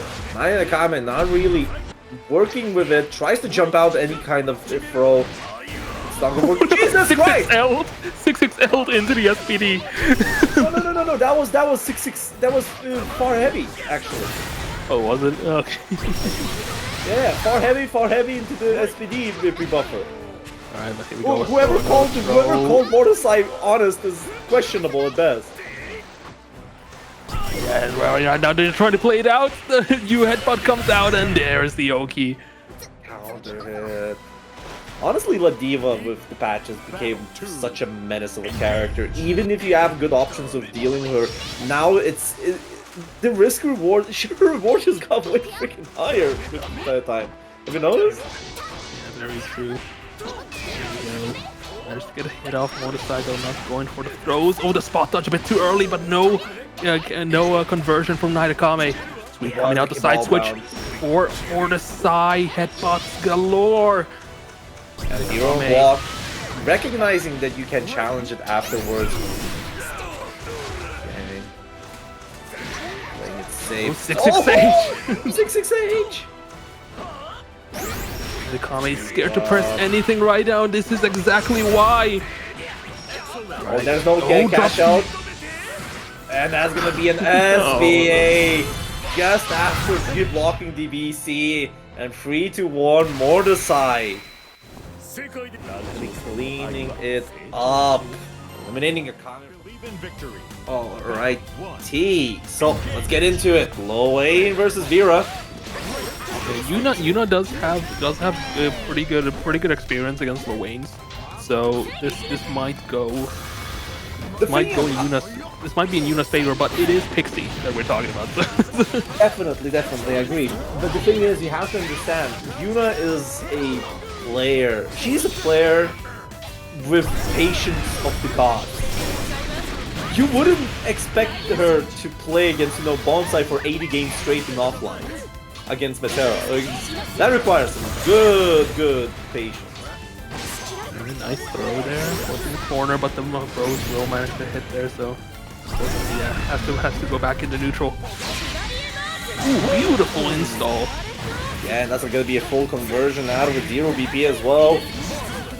Really good. There for Yuna is getting pretty close. Alright, the crystal could come out at any time, and there it is. Yep, let's see how Yuna can deal with the Iggy. Not sure how well it's gonna be. Just playing that safe, just... Oh! The rock does hit anyways. Lumi tries to get someone, but nothing reaches it that far away to punish him. I think also, like, Yuna was trying to do Lumi there, probably. But didn't have enough meter. So, because it was barely at 50%. Pixie's playing such a slippery game, but now here we go, the throw after the come at me bro will connect. Oh, what a long round. Yeah, these two are actually playing neutral for some reason. What do you mean playing for some reason? Yeah, how dare they play neutral in my rising? Slip of a man. Yeah, look at that. They're spacing. I can't. This is impossible for my brain to comprehend. You should comprehend spacing. No, I refuse. Not in my rising. One of the rare recorded instances of EX come at me bro being punished. That's gonna be beautiful. Yeah. Just call it off. Gets enough damage, combo limit as well, but that just forces an HBA, and let's see how Yuna deals with it. Decides just to block it out. Goes for the safe option. Shimmy option. Dark Cane. Oh man. I got hit. I gotta be honest, I got hit. Plus on whiff, man. Plus on whiff. That's fucked. Victory. Battle 1. Engage. Catching that to you, Yuna with the first match. See what Pixie has in order to go. 6L. Is gonna go through. Bros coming to ensure that nothing bad happens on that clash. Bro Wheel as well. Bro Wheel and Bros Insurance. My man should run an insurance company at this point. Here we go. He's still controlling the corner. The Bro Wheel, still the absolute best U fireball in the game. Oh, ultimate card that was counter hit as well. Gonna get a good conversion out of it. I didn't notice that Pixie is starting to play a lot more slippery, running in, backdashing, loads of backdashing from him, except when he's like cornering with it. Arcade forces the BC. That's that missile that could! Just needs one missile. Just one. The fact that they don't all disappear if some of them are destroyed is a crime. Oh, but this is... Oh, didn't go for the... Oh, yeah, you didn't have meter for it. You knew me there. Oh, no, the BC got updated there.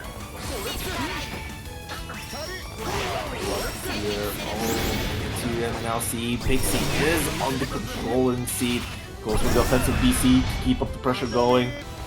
Just can't catch anything. Oh, I swear to God, only TooNington has effective anti-airing with Lowain. Oh, yeah, but this is gonna, just going for the max damage option here as well. Are we going for a 5B finisher? No, we're going for still more damage because this is so grounded, so combo limit hasn't even started. Nope, it hasn't started, but with it, it's gonna end Pixie's life, and Yuna evening round count in this match. Battle 3. Engage. Yuna is so keen on keeping his lead going. Oh, you do want to keep the lead. Yeah, especially against Lowain. Especially against Lowain, indeed. Or medium. Oh, no, error yeah. blockable. It's Scardoso, and that's gonna hit onto Lumi. They're gonna Yeah, get with that it. discounted 5U as well. Scouted install, really good stuff for Yuna. Getting install is pretty important, but unfortunately I don't think that's gonna happen. Pixie catching Yuna walking back. The thing is, you wanna walk back against the EX Caterpillar to create space to not get thrown, because it's one of the strongest strike throw positions for Lowain to be. But the thing is, Lowain has 6XM, that with the Caterpillar missiles, it makes it safe, but as well as it starts a combo out of it. So it just catches Yuna walking so much back. Very true, but here we go. EX Awesome Sauce managed to hit Yuna into the corner. Tommy with the save. Once again, and yeah, no, it's all falling apart. The bros insurance, and with it, HPA just to finish it up. Pixie! Round up. Oh dear, honestly. Battle 2. Like, the thing is, Yuna is a player of great patience in general. But I think that Pixie is that. Oh my god. Oh my god, that was a check, and it like that was a gamble, and it paid off tenfold. Oh, just she's using that. That was the most expensive removal of the bros I've seen in a while. That's very true. Here we go. Yuna now trying to keep this momentum going, but Pixie is so keen on stopping it. Wait, my man, that missile. I swear to God. Not letting this car don't work on. Look at this. How many BCs did Pixie use?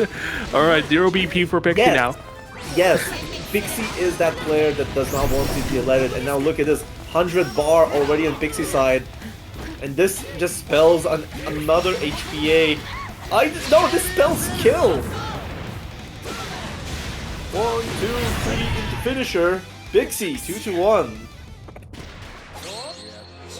Yeah, Pixie playing with fire there a little bit, but hey, if it wins, it wins. That's just how it is. Were you playing smart if you won? Yes. Really? Yuna is just crumbling. This is so unfortunate. But let's see. We need let's see if Yuna can get a little bit of mental reset here with a win, and evening out the games into a 2-2. I don't think that you can get a mental reset by just winning. If you want to sometimes you just need to release. You're like, oh, I still got it. Okay. Here we go. That's going to be HPA. And not even Lumi can save you. That's going to be BP kill. A shimmy to you. DX Awesome Sauce. Not really converting it fully, unfortunately, for Pixie, but nevertheless, not going to let the 6XLs go through. And Pixie is at set point to get to throw Yuna into the loser's bracket here. Alright, oh, here we go. Beautiful conversion from Yuna. Nice. Huge conversion there with the LDP at very high hit. No, it's not. It's falling apart right now. Pixie managed to get to the range where they can play their game plan, not get punished, but this install. Oh, the conversion gets dropped. Yeah, unfortunately. Oh, threading the needle with the 2U into the X Scarlet. Oh, the bro did not hit, and Yuna's still alive. The heartbeat is there to contain this Pixie man. Oh my god, that one missile, I swear to God. Yuna's entire offense was crumbled with one missile, and that DP is sealing the fate here. It's not looking too good, but the real question is this gonna be enough damage to kill? I think this is already a checkmate of a match. You're gonna do so much damage. Yuna does not have any install, and you have to deal with Lowain chip, and you try to BC, and the EX parry is just gonna make it safe, and you can victory. But let's see. S1 has been sticking with the vein in this entire Okay. ladder. So I know that you're a big Vayne fan. what's up? Right? Yeah. I'm gonna just say this outright.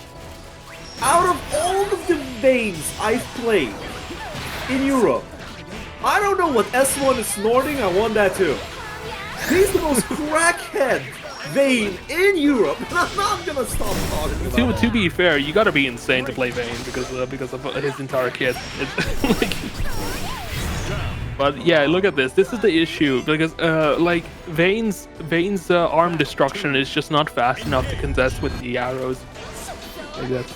So you gotta play a more like up close and personal kind of situation. Definitely, but at the same time, you have to remember he's gonna be playing against Dudeakoff, one of the Meteras of Europe, the first to free Herald himself. Exactly. Oh, managed to find a one EX arm destruction. Could not capitalize on the corner. Though. Energy destruction. Oh. Wait, no, I thought arm destruction was arm destruction is the upwards hit. Energy destruction is a slap. I'm double check. Here we go, wild beats in the corner. Yeah, you lose your turn with wild beats, unfortunately. So. Yeah, but the butterfly. This is so unfortunate. Yeah, no, it's the fact that the even if the arrow is one hit, it will still trigger the butterfly. Like if it goes through shield. The arrow itself is like kind of a funny thing. Oh yeah, no, you were right. Okay. Right. Yeah. And also, yeah, Bonsai has a good point, and this is to you. Arm destruction trades favorably most of the time, and you have to understand. Sometimes even trading health is advantageous if you're using it right. It really depends how you use it. Oh, you butterfly. That's not gonna hit for the chip damage. Still, goes for the 6-8. Here we go. Shield, that's a good option. Just boxing and Dudeakoff, but the pro finds its mark. Round up. Yeah, Estron is playing a really good game here. It's just a huge uphill battle in my opinion. Definitely can be hard in general, but at the same time, look at this guy. I told you. I freaking told you. I mean, you gotta be, as you said, you gotta be insane, and like S1 is insane. You gotta be insane to use 2-4M that close. So my man has no fear. Yep.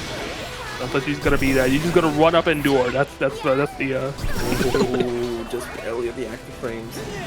Ball dodging it. 6-6-8. Ball dodging the last hit as well. Oh, there we go. This is gonna be a big chunk of damage. I don't know about that one though. Yeah, it didn't go for the max damage option there. Instead, just favoring the corner. Oh, definitely. That's what you want to do. 6-6-H. Tried to get the bounce off of that, but it was not a counter hit. Raging Strike was not gonna connect. Neither the spawn dodge is slowed down, but the chip damage is racking up. That's the butterfly. Tries to be cheeky. The butterfly is still there. The chip point is up, and the arrow will clip his shins. I used to be an adventurer like you, but I took an arrow to the knee. The Skyrim memes in 2025. Okay. Unfortunately, Skyrim is still a good game. We can be multiple opinions on that, but multiple opinions, huh? Yeah, Skyrim is only good when you have mods on it, so that's just like that. Yeah. I'm already getting world banned for this game. Alright, yep. Yeah, just trying to. Dudeakoff is also really keen on just dodging energy destruction whenever it's happening. Yeah, so you cannot hit. You have I think S1 is forced to go for the trades. Like if they want any of those hits to happen, because look at this. Oh, triple ultimate arrow just to get the damage in, but that's so hard. And the far light clips the legs. 2-2. Oh, Dudeakoff. That was S1 going for a run-up shield. Yeah, why not? Yeah, sure. As one Lord Evil champ, as one soul, you gotta try some.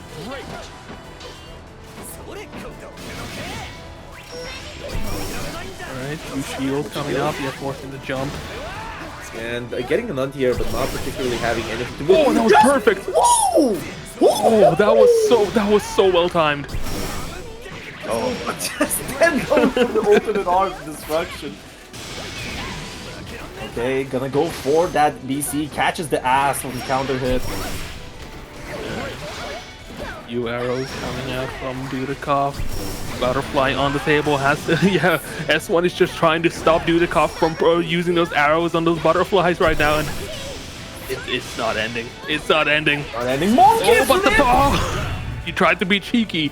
You tried to be cheeky, and S1 got like punished it immediately. Battle 2. Yeah, definitely. Monkey flips are not taken into this. And another 2-1 for M, going over far heavy with it. In a good position. Yeah, the fireball working. That's a good trade for S1. Look at the damage. You know, this is perfect. Look at Wait, you what? can just do that. Yeah, because U shield blocks multiple hits. Oh my god. Is this the answer? Yeah, no, it's annoying because the only good shield from Vayne is the one that costs meter, and it only refunds if it gets hit. So this will be X shield. With the butterfly on top of here, tries to anti-air, blocking that, pops the ultimate butterfly, tries to go for the probate. With the DK arrow, does not get any destruction trade at all. Another ultimate fireball just to get that chip damage. Fireball butterfly, I mean. Well beat. They're just trying to find some kind of hit here. Has full meter, so any single hit into super could kill. Instead, going for the 2-1 for you. Because of the extended range, U shield coming out, just going for the run, but no! no! He just went for it! He just said, you know what, ultimate butterfly, there's death in front of my eyes. No. What happened was S1 hesitated, like right at the end. Like when the U butterfly came out, S1 hesitated, and and then continued, and it's just, oh man, that's so unfortunate. Here we go too. Alright, endure. And doing it quite well. Jumping over, super jump, 2 wall beat. Gonna get hit it. Crumble with arrow, just get some chip damage and some control back. Destruction not gonna hit, that's a lot, big cooldown gone. With arrow, kind of staying there for quite a bit. Alright, still set point for Dudeakoff. Get in some way, shape capacity, anti-air far medium, very tight, the health is dwindling, Tapper. Yeah, it's not looking too good, 2-1 for H.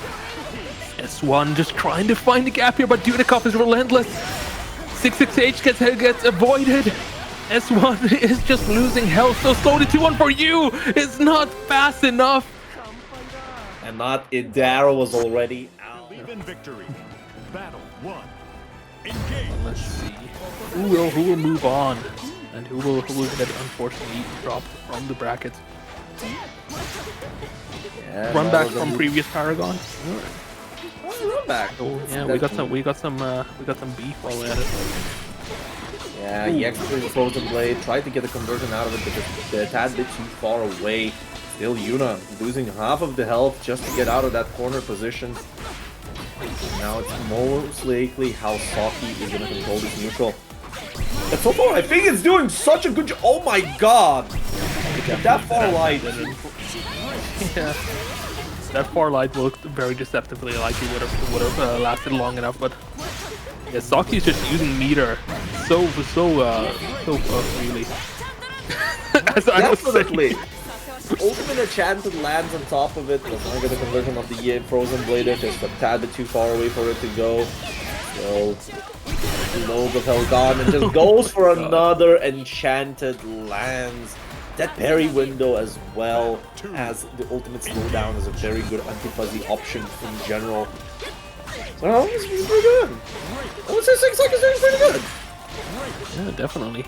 Those far heavies are landing, and Saki is currently has already deleted 50% of that health bar. Yuna not guessing correctly, unfortunately. That 50% is looking like we're looking at the strike throw position afterwards. Jesus Christ. Strike throw in my rising. Get out of here. Get out of here. And not even that. You can just probably play some chip damage in general. Goes for the Enchanted Last to force a chip option. Yuna rolling out of the corner. I would say luckily at this position, but still, this is a Herculean task to come back out of this. because the risk reward of whatever you do is not in your favor. Just one good chip option, and then you're playing against the Katalina that can force chips so well. Look at this. Saki. Goes for the Scala though, but nevertheless, Saki gets a punish close medium. First match. Yeah, Saki was just trying to find that chip point situation, or you know, or the other option was Saki knew that Yuna would start playing desperately because you know, of that low health situation. But look at this, Yuna immediately on the offense on the second game. As I said, Yuna is a lot more meticulous, and I think the same goes to the adaptation speed and accuracy. And against a player, such caliber player as Saki is, you have to. Ooh, beautiful bar heavy. Adapt. Yeah. But here we go, another. I mean, that's definitely a strike throw situation, especially because the throw will kill you. So. Oh, and there it is. Frozen Blade, Saki, another well-controlled round. I think this is how it looks now, isn't it? I genuinely think if Yuna does not really find a good, like I say, pattern to exploit or play way cleaner neutral, because I don't think that Saki is allowing Yuna to play that clean neutral. Remember you said that using that meter very liberally. Yeah. Yeah, it's I mean, yeah, it is like that's exactly what's stopping Yuna from kind of getting into this pressure snowball situation. Oh my god, the tweak. The tweak, no animation though, but still damage is gonna be dealt. The hard knockdown on top of it is pretty good. Still there's a lot of health to work with. But Yuna, really good no-install Vira gamer. Still keeps up the pressure going. I mean, I've seen Saki going for the DP, trying to feel pressures or rotating defensive positions, and that's a nice awareness from Yuna. Yuna, the whole evening, seeing the patterns and spacings where the punishes are true. And this time, getting the punish on that enchanted lands, getting the round back, and this is the Yuna 668 on top of it. Beautifully done there. Saki now needs to get out of this corner right now, but Yuna is just absolutely stopping these with those far lights. For you, gets blocked, but that is safe on block and actually moves you out. Spaced out. Yeah, it was spaced out safely. But oh my goodness. Not going for install, this time going for full damage, and I think that's the right decision here, as it will leave into the one strike throw, or just getting a good conversion to Raging Strike with it, evening the match count. Saki Yuna. Believe in victory. Yeah, you were talking that Yuna was looking kind of lost here, but look at this. Like compared to game number 1, there this was a completely 180. And yes, Saki now. Saki's looking like they're on their back foot. So the back foot is not. It's got probably can become something stable to support back, because Saki is really good at coming back from very bad positions. The Saki tweet has been, I would say, a heralded meme at this point. Saki takes GBVSR or something. Nah, hashtag Saki tweet. There we go. Saki now has SSBA range, needs one good hit and could probably you know, get that nice corner carry. But oh, here we go. Be a full conversion, but no, unfortunately it drops it, and that is apt enough for Yuna to come back. I think that was a kill drop as well. That could have been a double ultimate fireball conversion. Saki is being themselves over the head for that. Definitely. At this stage, you don't want those kind of mistakes. And oh my God, there was the awareness from Yuna. Oh dear. Alright, now Saki playing more of that range game with that far heavy. Yeah. Trying to find something here. Both them just backing off, but now Yuna has control of the corner once again. How's Saki gonna get out of the situation? BC into super jump. Nothing really changed except they're in the middle of the screen now. Yeah, definitely. Still, that's a slash position. Arcane are gonna hit, and that's gonna get cleared by the UPS driver Katalina. The next postal code with the ultimate frozen blade. Gonna be quite a bit chunk of damage with it. Catching Yuna in the corner, and that's how it just ends and rolls. Like, it looked so good for Yuna this round, but it took one frozen blade and then you have to squirm out of the corner. Evening the round count here. Yeah, farm meeting there. I did manage to intercept whatever Yuna was planning on the start of the round, but oh my god, the ranges. This is true neutral. This is wise and neutral right here. we love long normals. These arcades are nice. And again, the awareness of rolling these fireballs and getting the punishes on them. Yuna, as I said, the devil's in the details. That's the play style we have with Yuna. Alright, the shimmy. Oh, that's big. Not gonna get the combo though, so has to go for one more hit. Both of them are just one combo away from winning this game. Yeah, not letting the Lumi get through.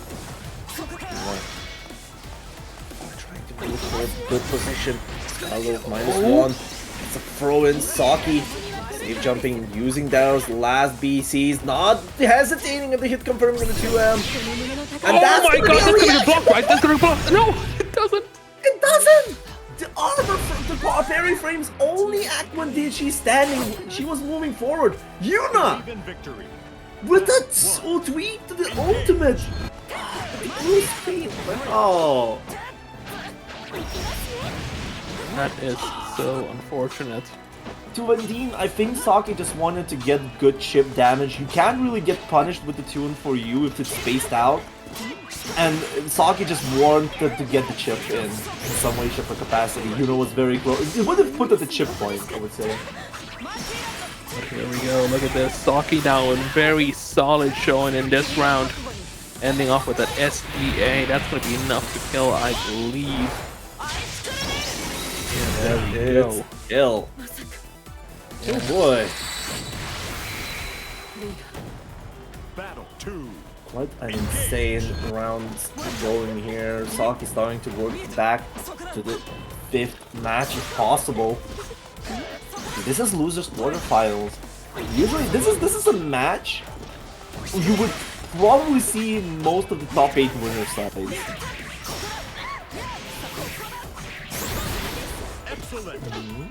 Alright. Now once again Saki with that massive life lead, so, and you know, controlling the corner here. Yuna slowly getting that meter up. Look at how confident Saki is to return back to neutral. Yeah, just needs one good hit. That's, like at that range, just one good hit. And here we go, 2-2.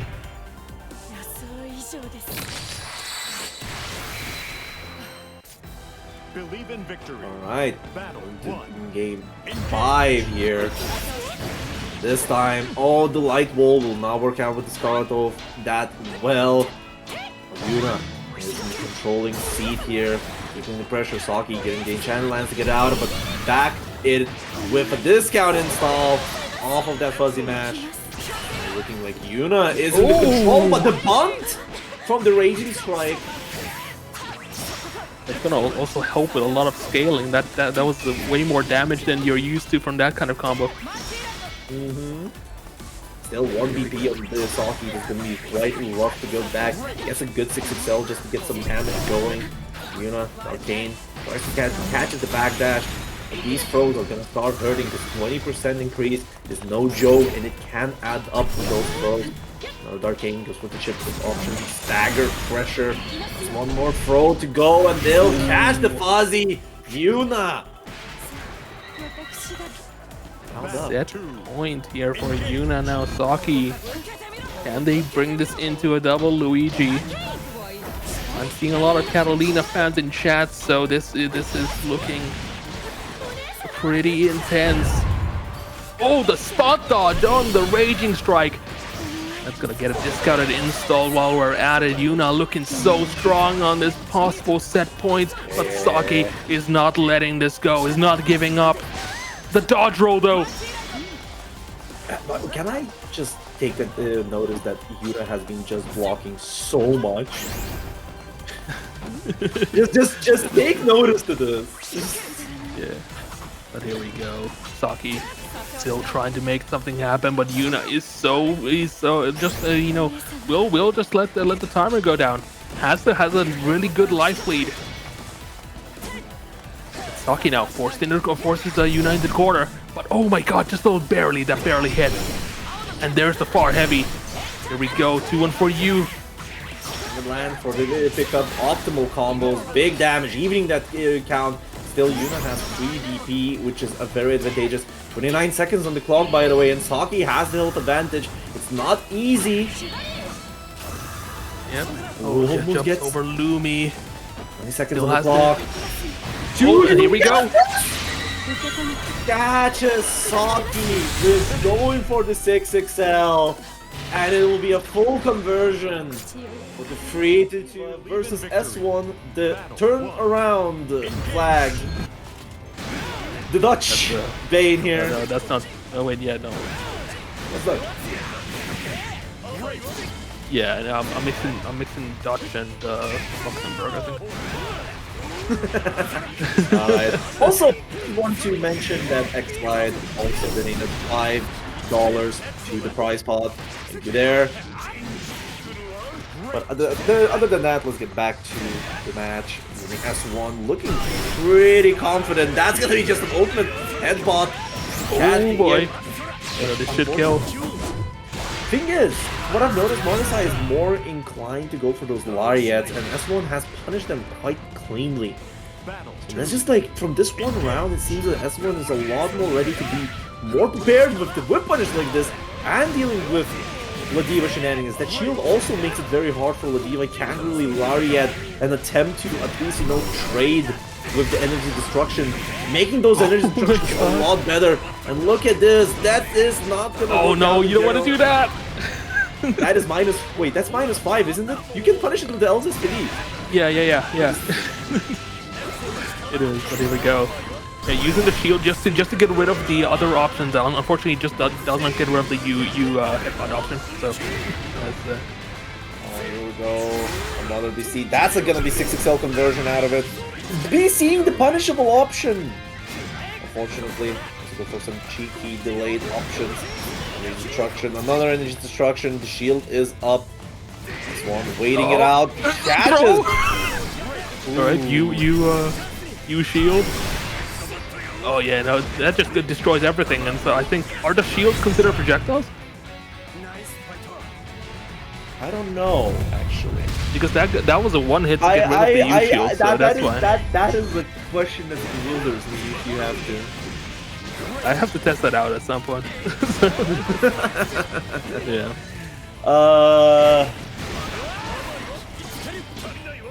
Yeah, but as you can see, like Mordesai is forced to jump a lot, and if S1 can trick Mordesai even once, it's over.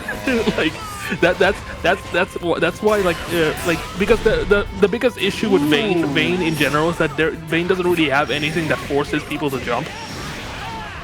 When Vayne has like one of the best anti-airs in the game. So. I mean, energy destruction is a good thing to jump in general. Yeah, but there's really no, like, you can spot dodge it and punish it, but like it's like there's like because the bigger threat is always the anti-air. Yeah. Anyways, here we go. Yeah, S1 take round number 1. Yeah, with you know Raging Strike punishing the SPD as well and whatnot. This guy was kind of funny. Okay, energy destructions being used. Spot dodging that BC not gonna work out. I think BC even the ultimate lariat. Destruction. More energy destructions out there. Mordesai finding a way to jump at 6 stage. Not letting it go through that easily. Oh no, yeah, trying to. Yeah, no, you know, like S1 is trying to play a BC game behind the shield, which is not really working out. Kill option. LSPD looks pretty good. Now this is looking pretty rough. The taunt is there, damage increase on the next SPD. I think that... Oh no! Oh, that looked very dangerous. Knowing Mordesai, it could have been a full-on SBA, and this is what's gonna happen. Oh my... S1 He didn't believe! He didn't believe! Oh my god! It's going everywhere! Oh, Jesus. Okay, you know what? I think that was probably on option select. Because technically, you can, like, if you do an early button into it and it doesn't hit, you go upwards and just avoid it. But the thing is, it's not really helpful. Jesus.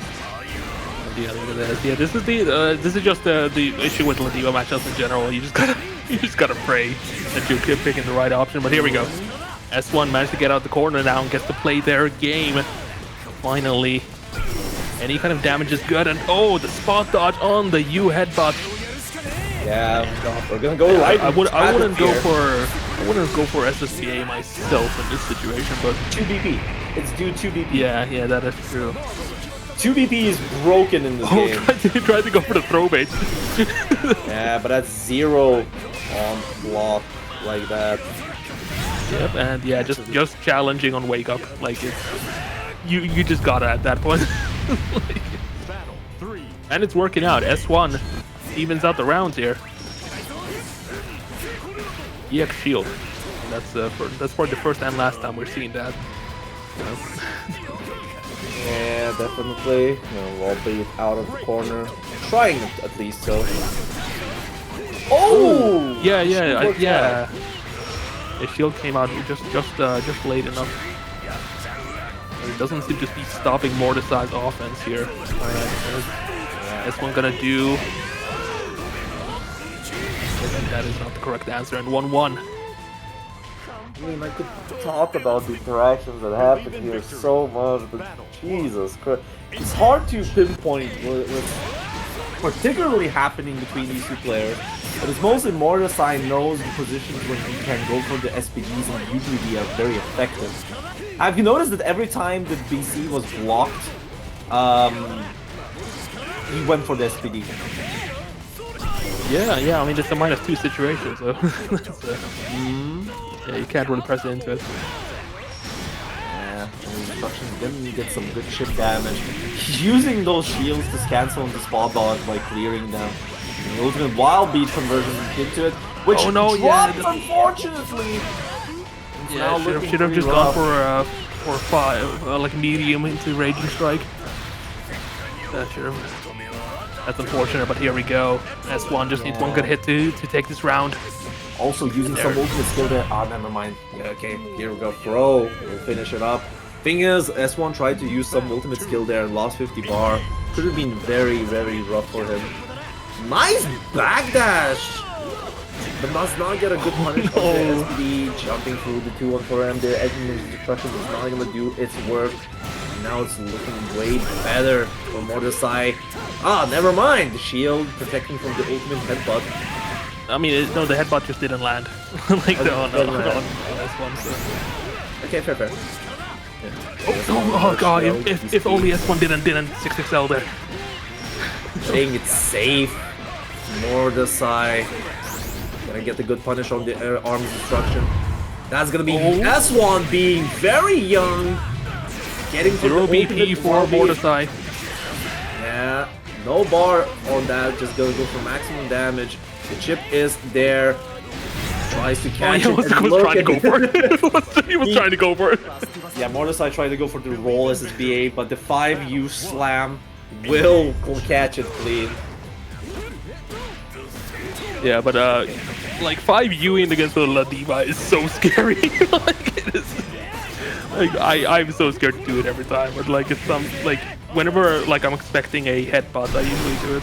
Like if I want to stop them or stop their offense, but caught the extended airballs there with the ultimate head, but it's a good choice honestly for Mordesai. He definitely, if he gets the hit, he gets a hard knockdown, and then he can play out of it. But other than that, S1. Oh no, extended airbox hit this time. Yeah, no, not this time. They're currently playing it safe. Oh, the dodge roll? Yeah, tries to go for the roll to get in, but S1 just 6-excelling. With it. Side switching into S1 being in a better position with it. It's that point for S1.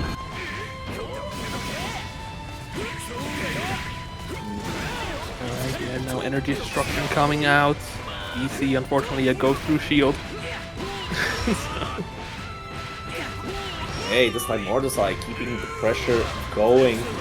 It's gonna be quite a bit of damage. Close heavy, goes for the spot bar just to avoid some DC. But S1 finds his possibility to go for a jump out. And now he's in a better position. Nice dodge on the Lariat, punishing it out with it. It'll look like. Oh, hey, we didn't go for the. Was that combo limit? I know I think S1 could have gone for a. Yeah, okay, well, it doesn't really matter. Doesn't matter. S1 this time testing Mordesai. Raging Strike on top of it. Can't read it. Dudeakoff saw safety here. Dudeakoff. Both banned Bonsai. Alright, let's get it going. Pixie versus Dudeakoff, Lowain, Metera. It's kind of a funny. I actually don't know what is the exact consensus of Lowain versus Metera in general. I think Metera just out-zones Lowain in general. But you also got to remember that MCAT bot exists, so... Yeah, it definitely does. Oh, yeah. Oh. That will just ignore most projectiles. So. Went for the back throw there, gets the side switch with the cross-up jump in as a save jump. Kind of dangerous to do save jumps like that against Lowain, mostly because of this parry property. Now, ultimate butterfly on top of it, pops it for the chip damage, goes for the 6-6H. Man, the more I see play from Dudeakoff, the more I'm seeing 6-6H. That's true, yeah, probably trying to avoid the low arrows and stuff like that. That's one, but there's another one. No, not from Pixie, from Dudeakoff. Oh, Dudeakoff, yeah. Yeah. It pushes the opponent into the corner, right? Like it's like the pushback is so massive. Definitely, and if you can make it plus even. And I think that, and you know, we have the Twitter master, the Twitter combos and Twitter conversions master Bonsai saying, yeah, I do have a setup for plus and unblock ass. Yeah. Of course he does. And then you ask, can you show it in a match? Which, well, I'd rather not. No, that's the problem. He will show it in the match. Anyways, Dudeakoff getting a good conversion and the butterfly kit. It will be 1-0 for Dudeakoff. Battle 1. Pretty solid showing there, yeah. Pixie just needs to like Pixie's goal is very simple, just avoid the arrows, but it's harder, easier said than done. So like that's it. Oh, that looks a bit chunky. Italy to the UK can be, you know, a mix-up of its own. Yeah, that stage also doesn't really help the stages. Oh no, the stage is fine. I think it's not. It was only bad because of the bug. This stage was. Oh, did they fix the bug? Yeah, they fixed the bug. Okay. The bug was that some of the keyboard shortcuts created internal screenshots that basically overwhelmed their memory, causing it lag. Because it's a story. Because it was a story stage in general. It was a funny bug. So you can now play any stage, right? Battle 2. Yeah, it was also on the stream track as well, but they fixed it. Okay. Alright, here we get back to the matches here. Because we literally just skipped up over Dudeakoff getting that round up. And now Pixie starting to work in on Dudeakoff. Here's the bro. Goes for the BC bait with the M. And... Ooh, that micro walk for the side switch. Yeah, it's one of the ways you can get people punished for these kind of jumps. And now here's the HBA. Doesn't really hit the butterfly because we've seen Dudeakoff use the M hold butterfly to angle it down. I wondered if the Oki would have been finalized. And there we go, butterfly insurance. Oh yeah, not far enough with the also come at me, bro. To let's hit the unblockable attack. Oh, there we go, air throw. One more hit. Yeah, one more hit, but at the same time, awesome sauce from far away. It would have been plus on block and chipped out the Dudeakoff, like put it in the chip point. So it was a good position. I was getting mad in chat because Dudeakoff is being suboptimal. Alright, here we go. Air unblockable. Nice awareness there on the butterfly pop off. You. At the very least, the Pro Wheel did not gain any advantage more. That butterfly gave a heart attack! Oh my god! Yeah, you know, Dudeakoff is just trading and, like, yeah, it doesn't matter. The rockets can come, but this butterfly will trigger and kill you. Oh, that's too far away for any actionable punish. Awesome sauce. He's being very vigorous with these awesome sauce, honestly.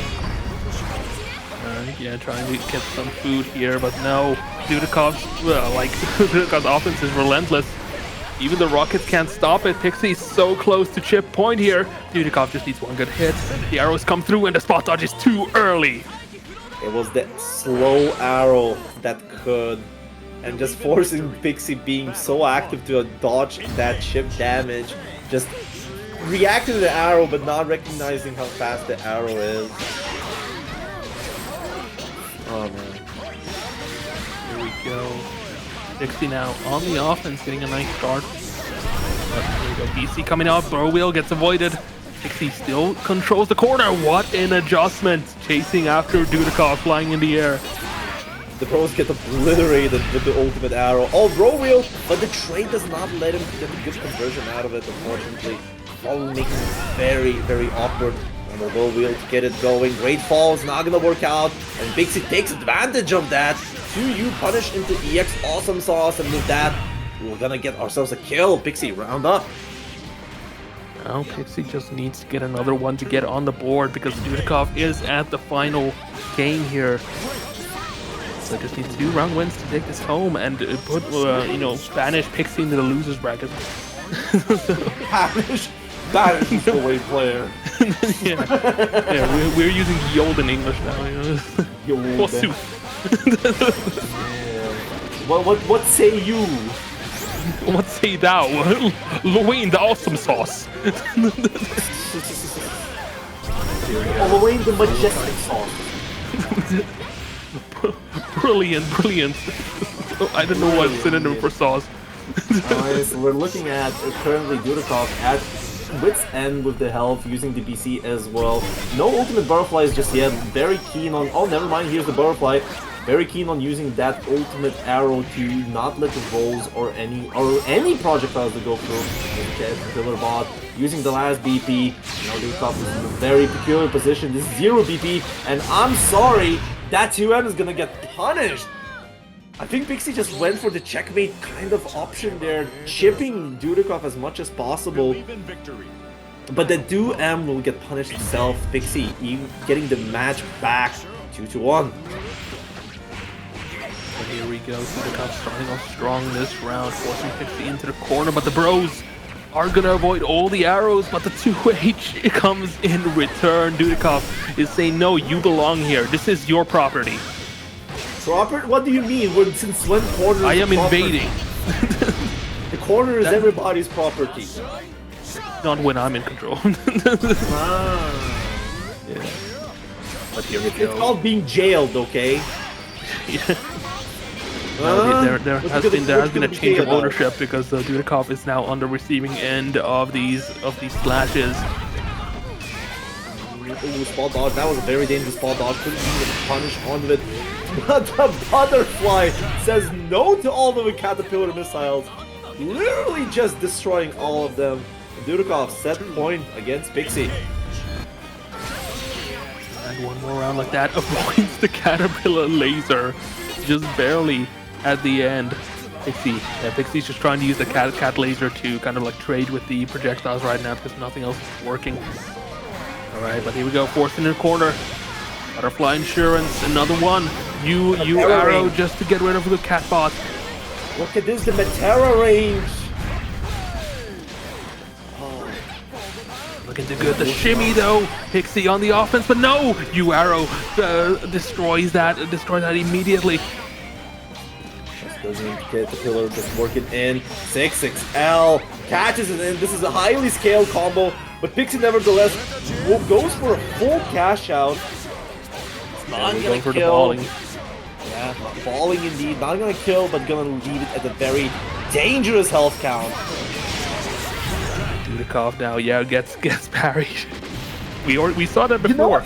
You know what's the messed up part? You do get the hard knockdowns. You do set up so much chip damage on top of it, right? And the fact is that you go for the EX parry to make it BC safe.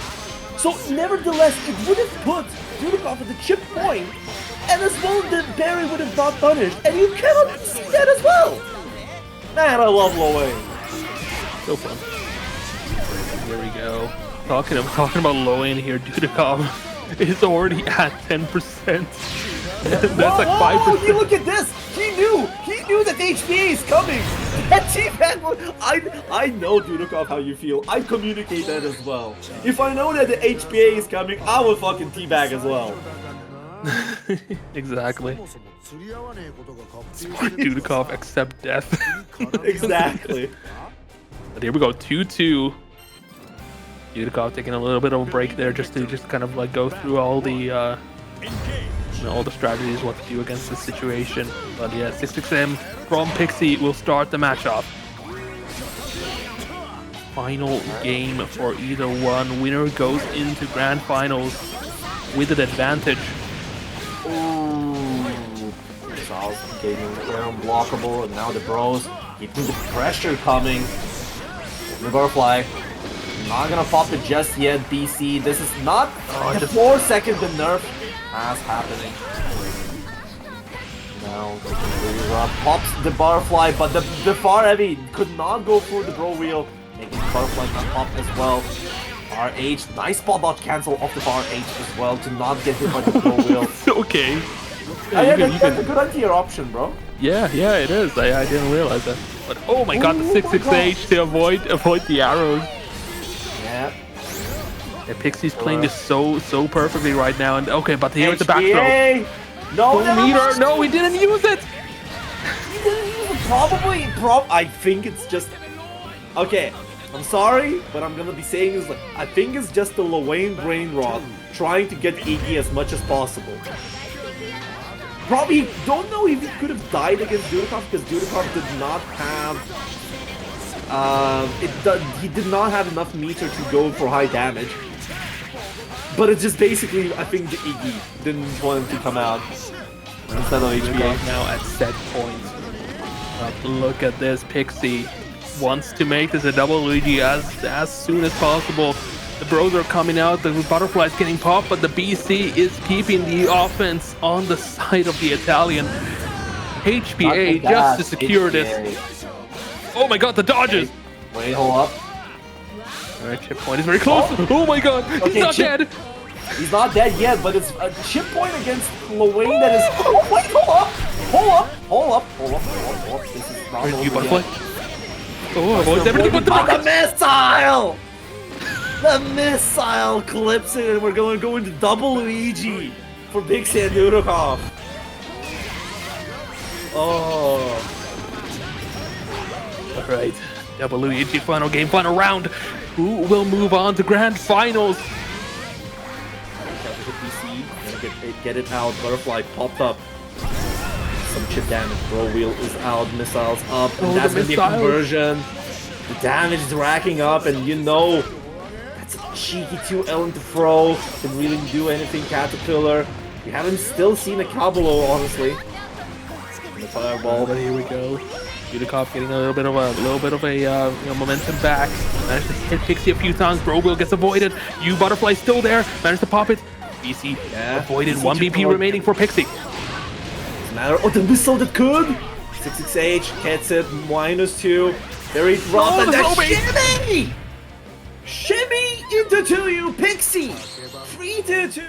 Someone who the hustle? Yeah. Yeah. The hustle is there, bro. The hustle Look, this is a top 4 Bane. In a bracket of 53 people.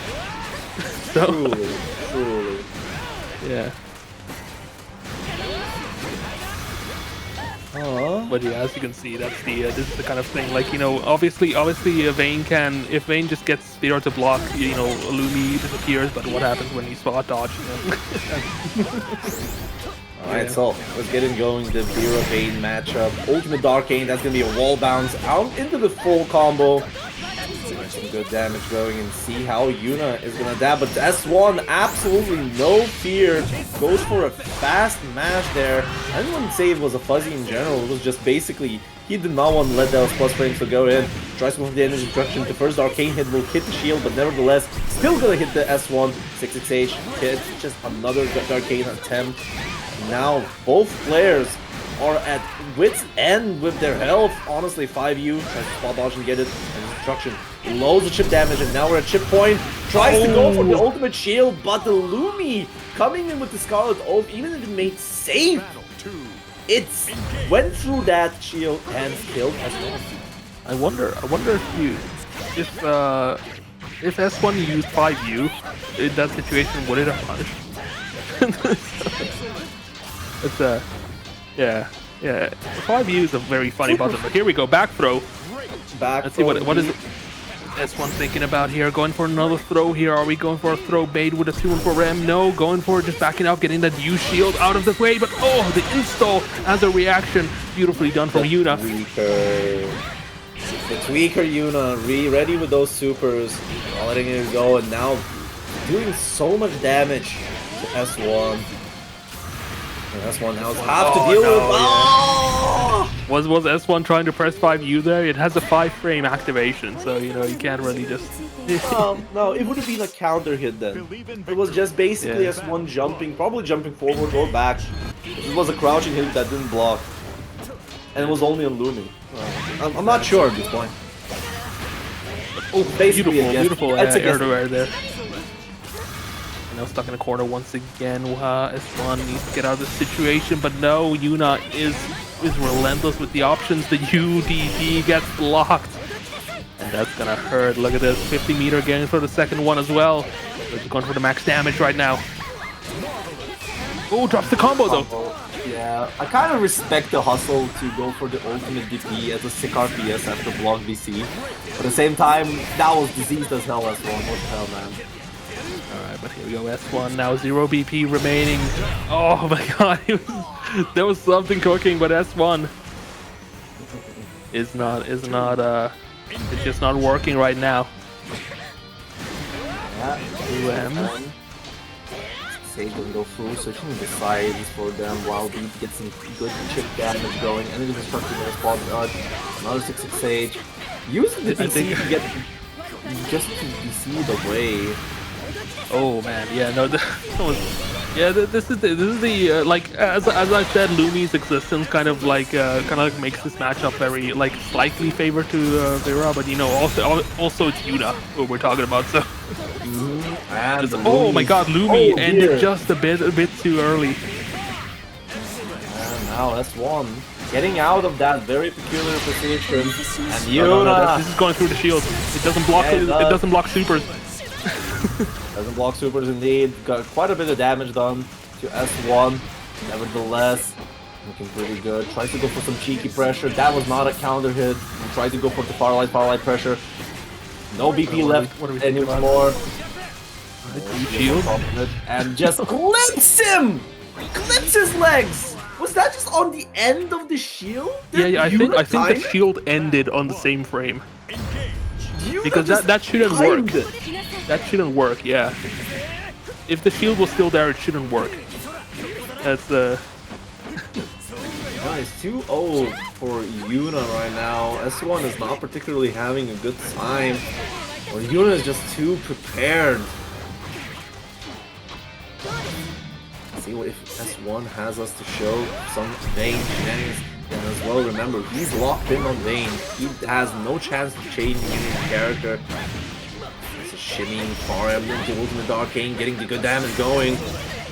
Tried to go for another Darkane, but that was too many hits on the auto combo. And S1 takes advantage with the punish. Into the stratosphere you go, into the 0 BPU world. Let's see, S1. Can he make the comeback happen? But no! Tries to go for stagger pressure, but Yuna is not falling for it. Yuna has enough matches and rounds to go for this fast, mashing. It's fine. Even if the round did not work out that well, the risk reward of the matches are still there. It's S1 that needed to be very careful. Now S1 kind of put in a position where it's set point for Yuna for a clean 3-0 sweep. Oh, here we go, the jumping against Vayne, working out. Ooh, boys, Darkane managed to hit with the 4 heavy. That was a counter as well, so that could have comboed into medium arm destruction. Uh-oh. 6-6H, Crouch confirmed is not a 6XL conversion. So we'll do quite a chunk of damage, as well going to the super, which is safe and keeps up the Oki going. Alright, guess for set here, situation for S1. Point blank energy destruction.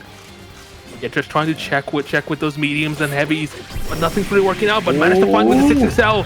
Okay, you arm destruction going for you wild beat. Oh, avoided jump medium. Wait. Oh, I think I know what happened. The thing is, I think that Yuna noticed that the Darkane whiffed and saw the S1 in the air, but because the shield the first hit, the hit stop delayed it a bit and made it Yuna get the close heavy a bit later. Interesting. Oh my god, counter hit. Anti. Yeah, we're seeing some anti-airs finally. That's the first anti-air. Yeah, first one. Someone actually got anti-aired by Vayne, Happens. Oh, trying to go for an energy destruction, gets 6XL. And I think S1 is also being extremely violent here. Oh no, yeah, no. Yeah, fumbled the combo, unfortunately. And look at this damage. You're putting him in a bad position. Arm destruction just to get a bit leeway. He's now looking trying to chip out. Oh, I think I know. Oh no, yeah, we're trying to go for the Endure finisher. Okay. The shield is there. 6-2-1 for him, and now goes for the energy destruction.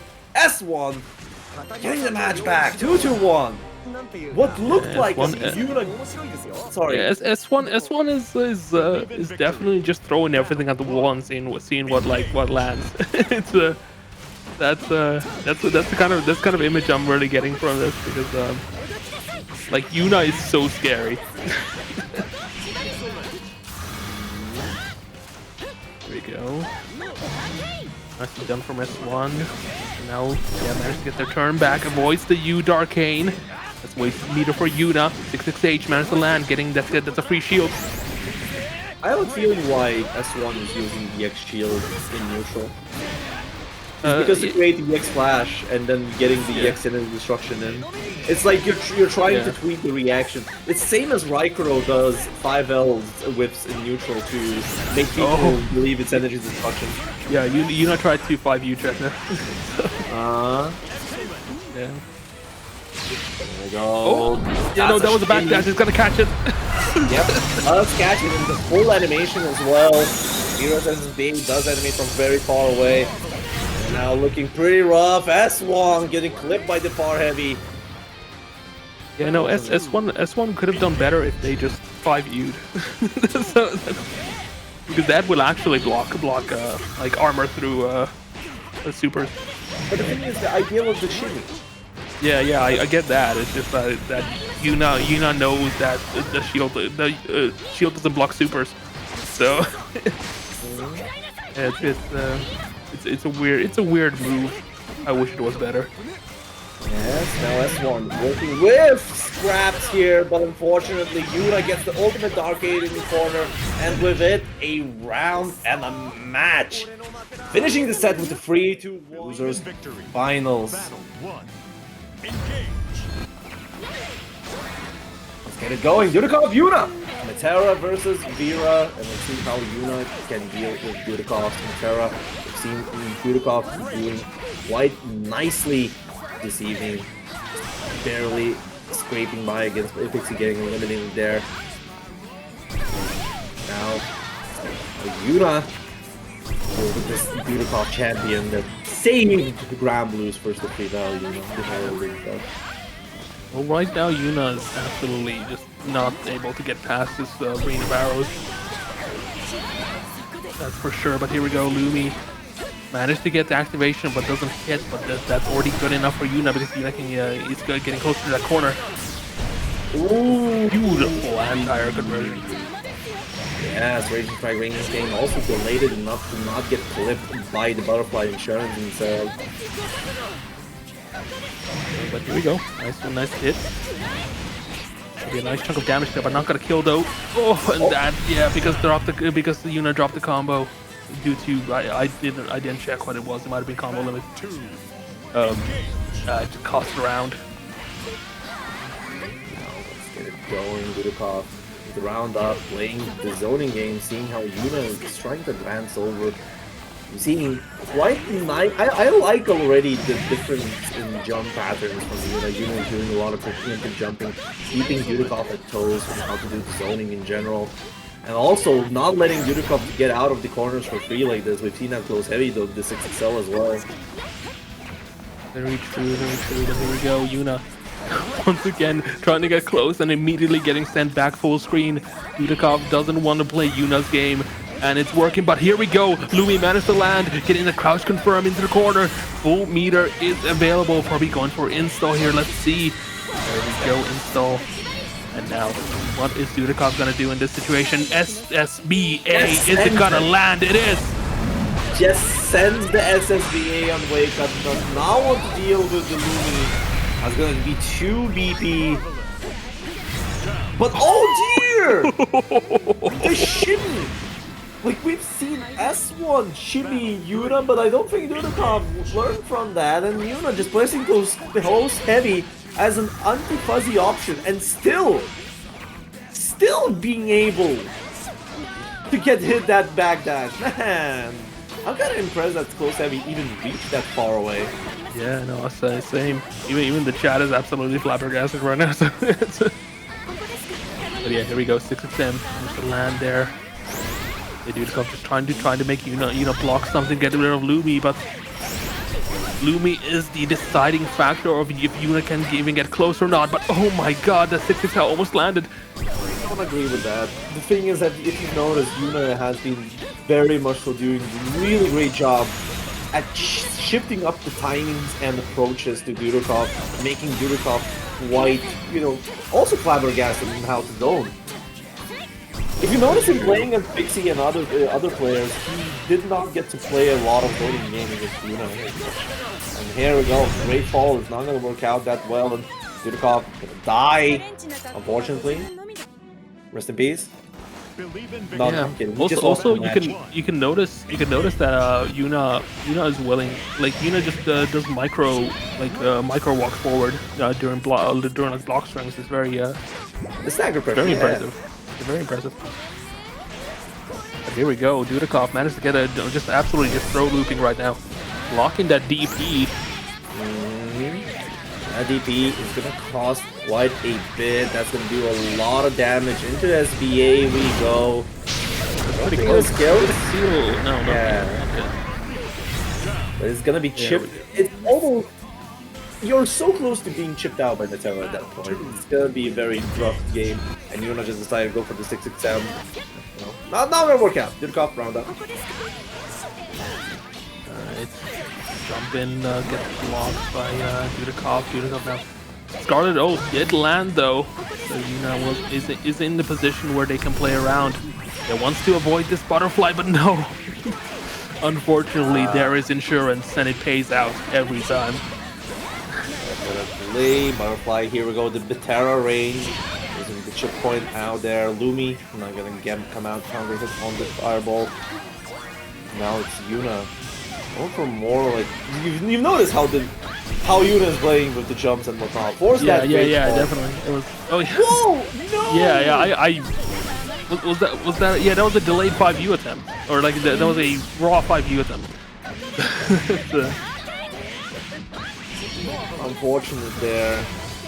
And now we're looking at the health equalization here. Dudeakoff. 0 BP indeed is gonna be quite rough.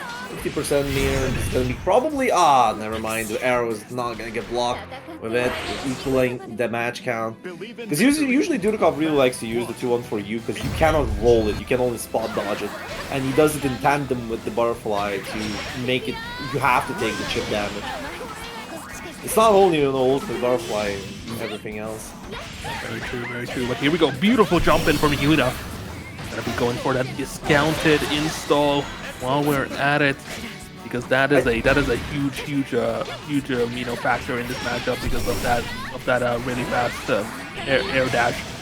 I think it's not the air dash itself, it's just making everywhere you are now increasing your reward, and now you're having better conversions out of it. So it's basically installed for that reason. But at the same time, what I wanted to say, Yuna is so adept at using those jumps and creating situations where, Dudeakoff has to be very careful how he approaches this. And that great fall is not going to trigger the butterfly, gonna get clipped by the SBA. And look at this, the jump-ins! And he's kind of jumping right now. That's plus block. The -1 might as well be plus against Metera. Clip Dudeakoff trying to press 2L as an option, but that was a close light range with Yuna getting the round up. -1, but plus against this character. So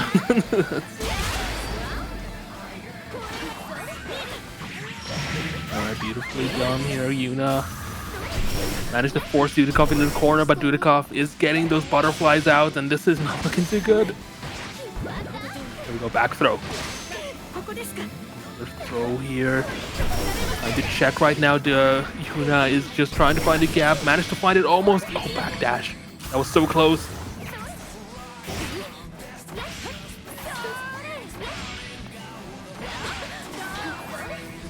It's just going this is just relentless right now. Lumi getting out, but just not far enough. You butterfly. Oh, it's tough. Yeah, no, it's going everywhere right now. Yuna needs one good hit, but Dudeakoff. One good hit for a good combo, but Dudeakoff just needs one good hit. Yeah, it's relentless. Goes for the cheeky 5U and it'll clip it through. The install is up again. Now Dudeakoff on the back pedal, trying to work it out in the corner. Catches the ultimate Darkane. Very luckily, I would say at this point, because that would have been a lot of damage out of that one Darkane. Uh-oh, big close heavy. Goes straight into the XDP, but a bit too high for the combo to be continued further. Ultimate Arcade! Oh no! Oh, beautifully, fixed there. Like that, you didn't notice it, immediately fixed it. And yeah, gets the game. So 1-2, not in the lead. 2-1 indeed. Oh my goodness. But the thing is, you know what's the funny part with that Arcade? If it was a non-install or Darkane in that position, it would have ball bounced with full combo. It's because the install has a follow-up. It's just why it whiffed.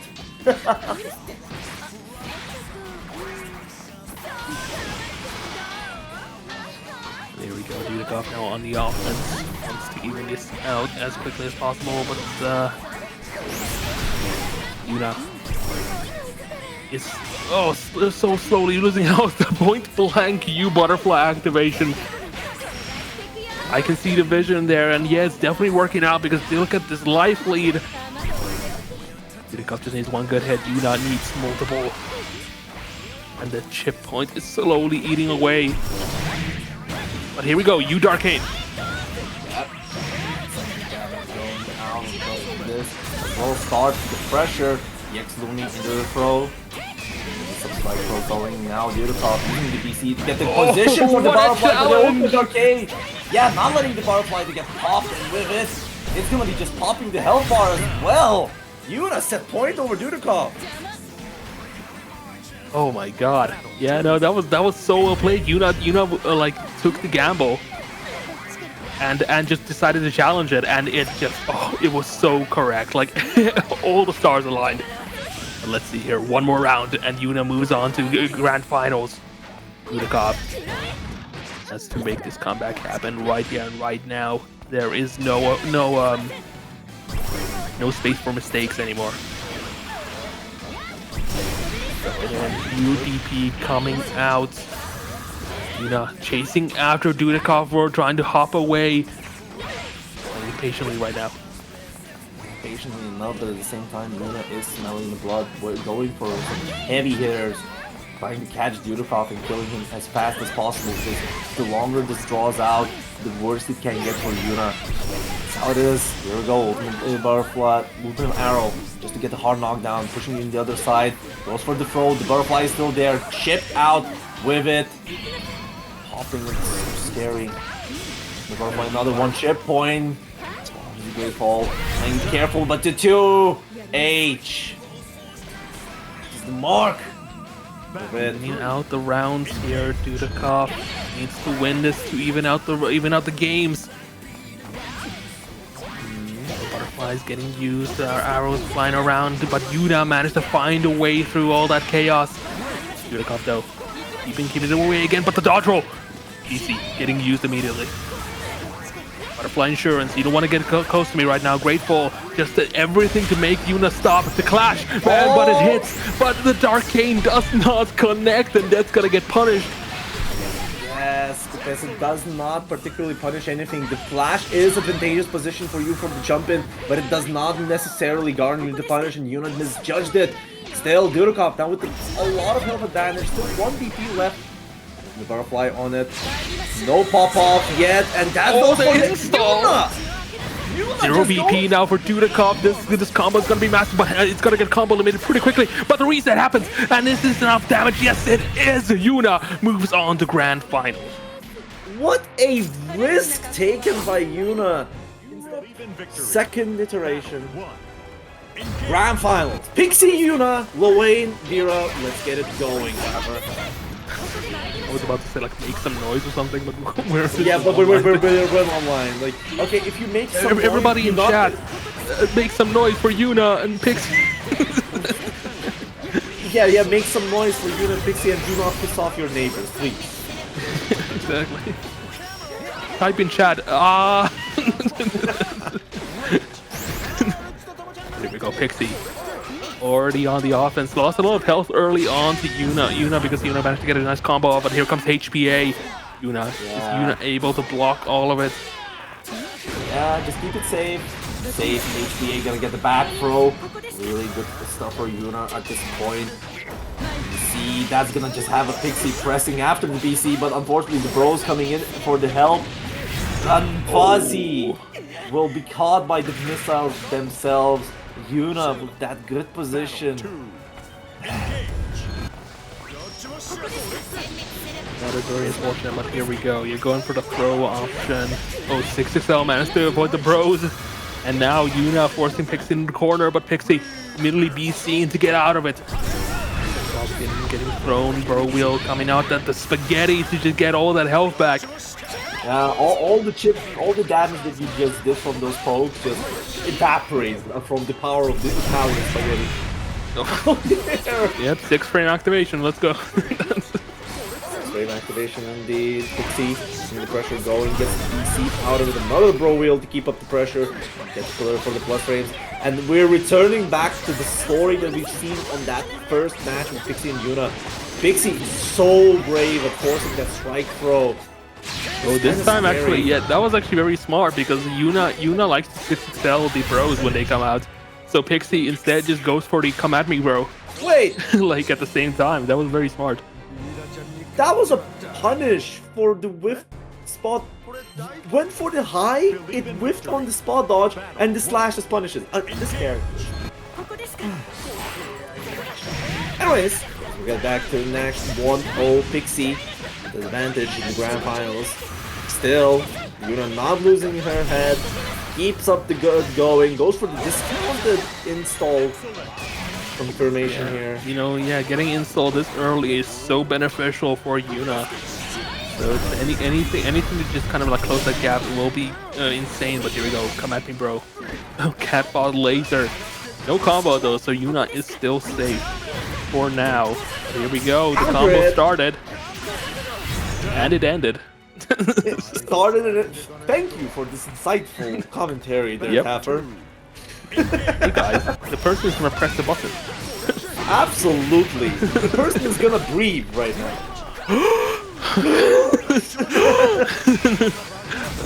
Yo.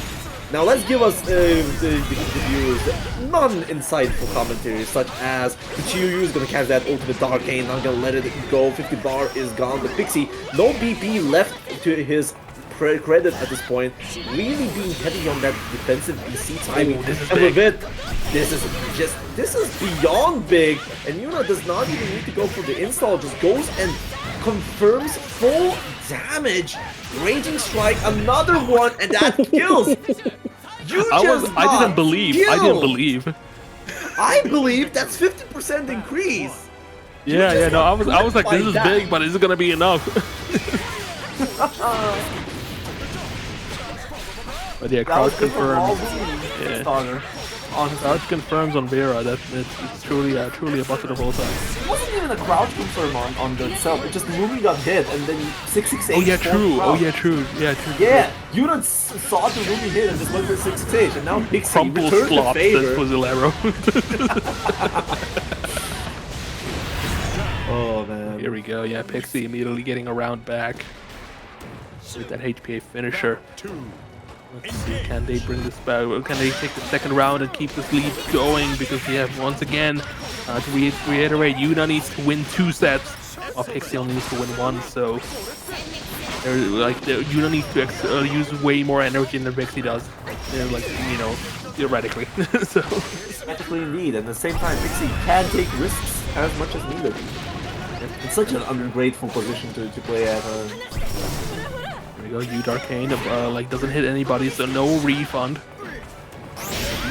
These small pokes are doing well, but Pixie might just press 5U once and negate all of that. So there we go, HPA to chip out. Yep, there we go. Yeah, and that was Yuna going for the brave counter. The Raging Strike is gonna get punished, and Pixie with the 2-1 with potentially ultimate round match before taking the ParagOnline.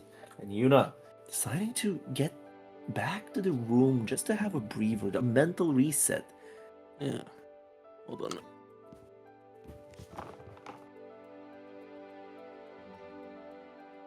While our Vira gamer, Yuna, is taking her time to get the mental reset, we gotta remember that if Pixie wins this, he's gonna be a 2-times champion of the Paragons. It's kind of messed up. Believe in victory. Okay, it's not messed up because Pixie's a damn good player, but at the same time, it just proves that we're the Lowain region. It truly is the Lowain region. Oh, it was the color switch. All right, it's the color of the power up. Let's go. Yeah. I ain't feeling this color. Gotta go dark mode.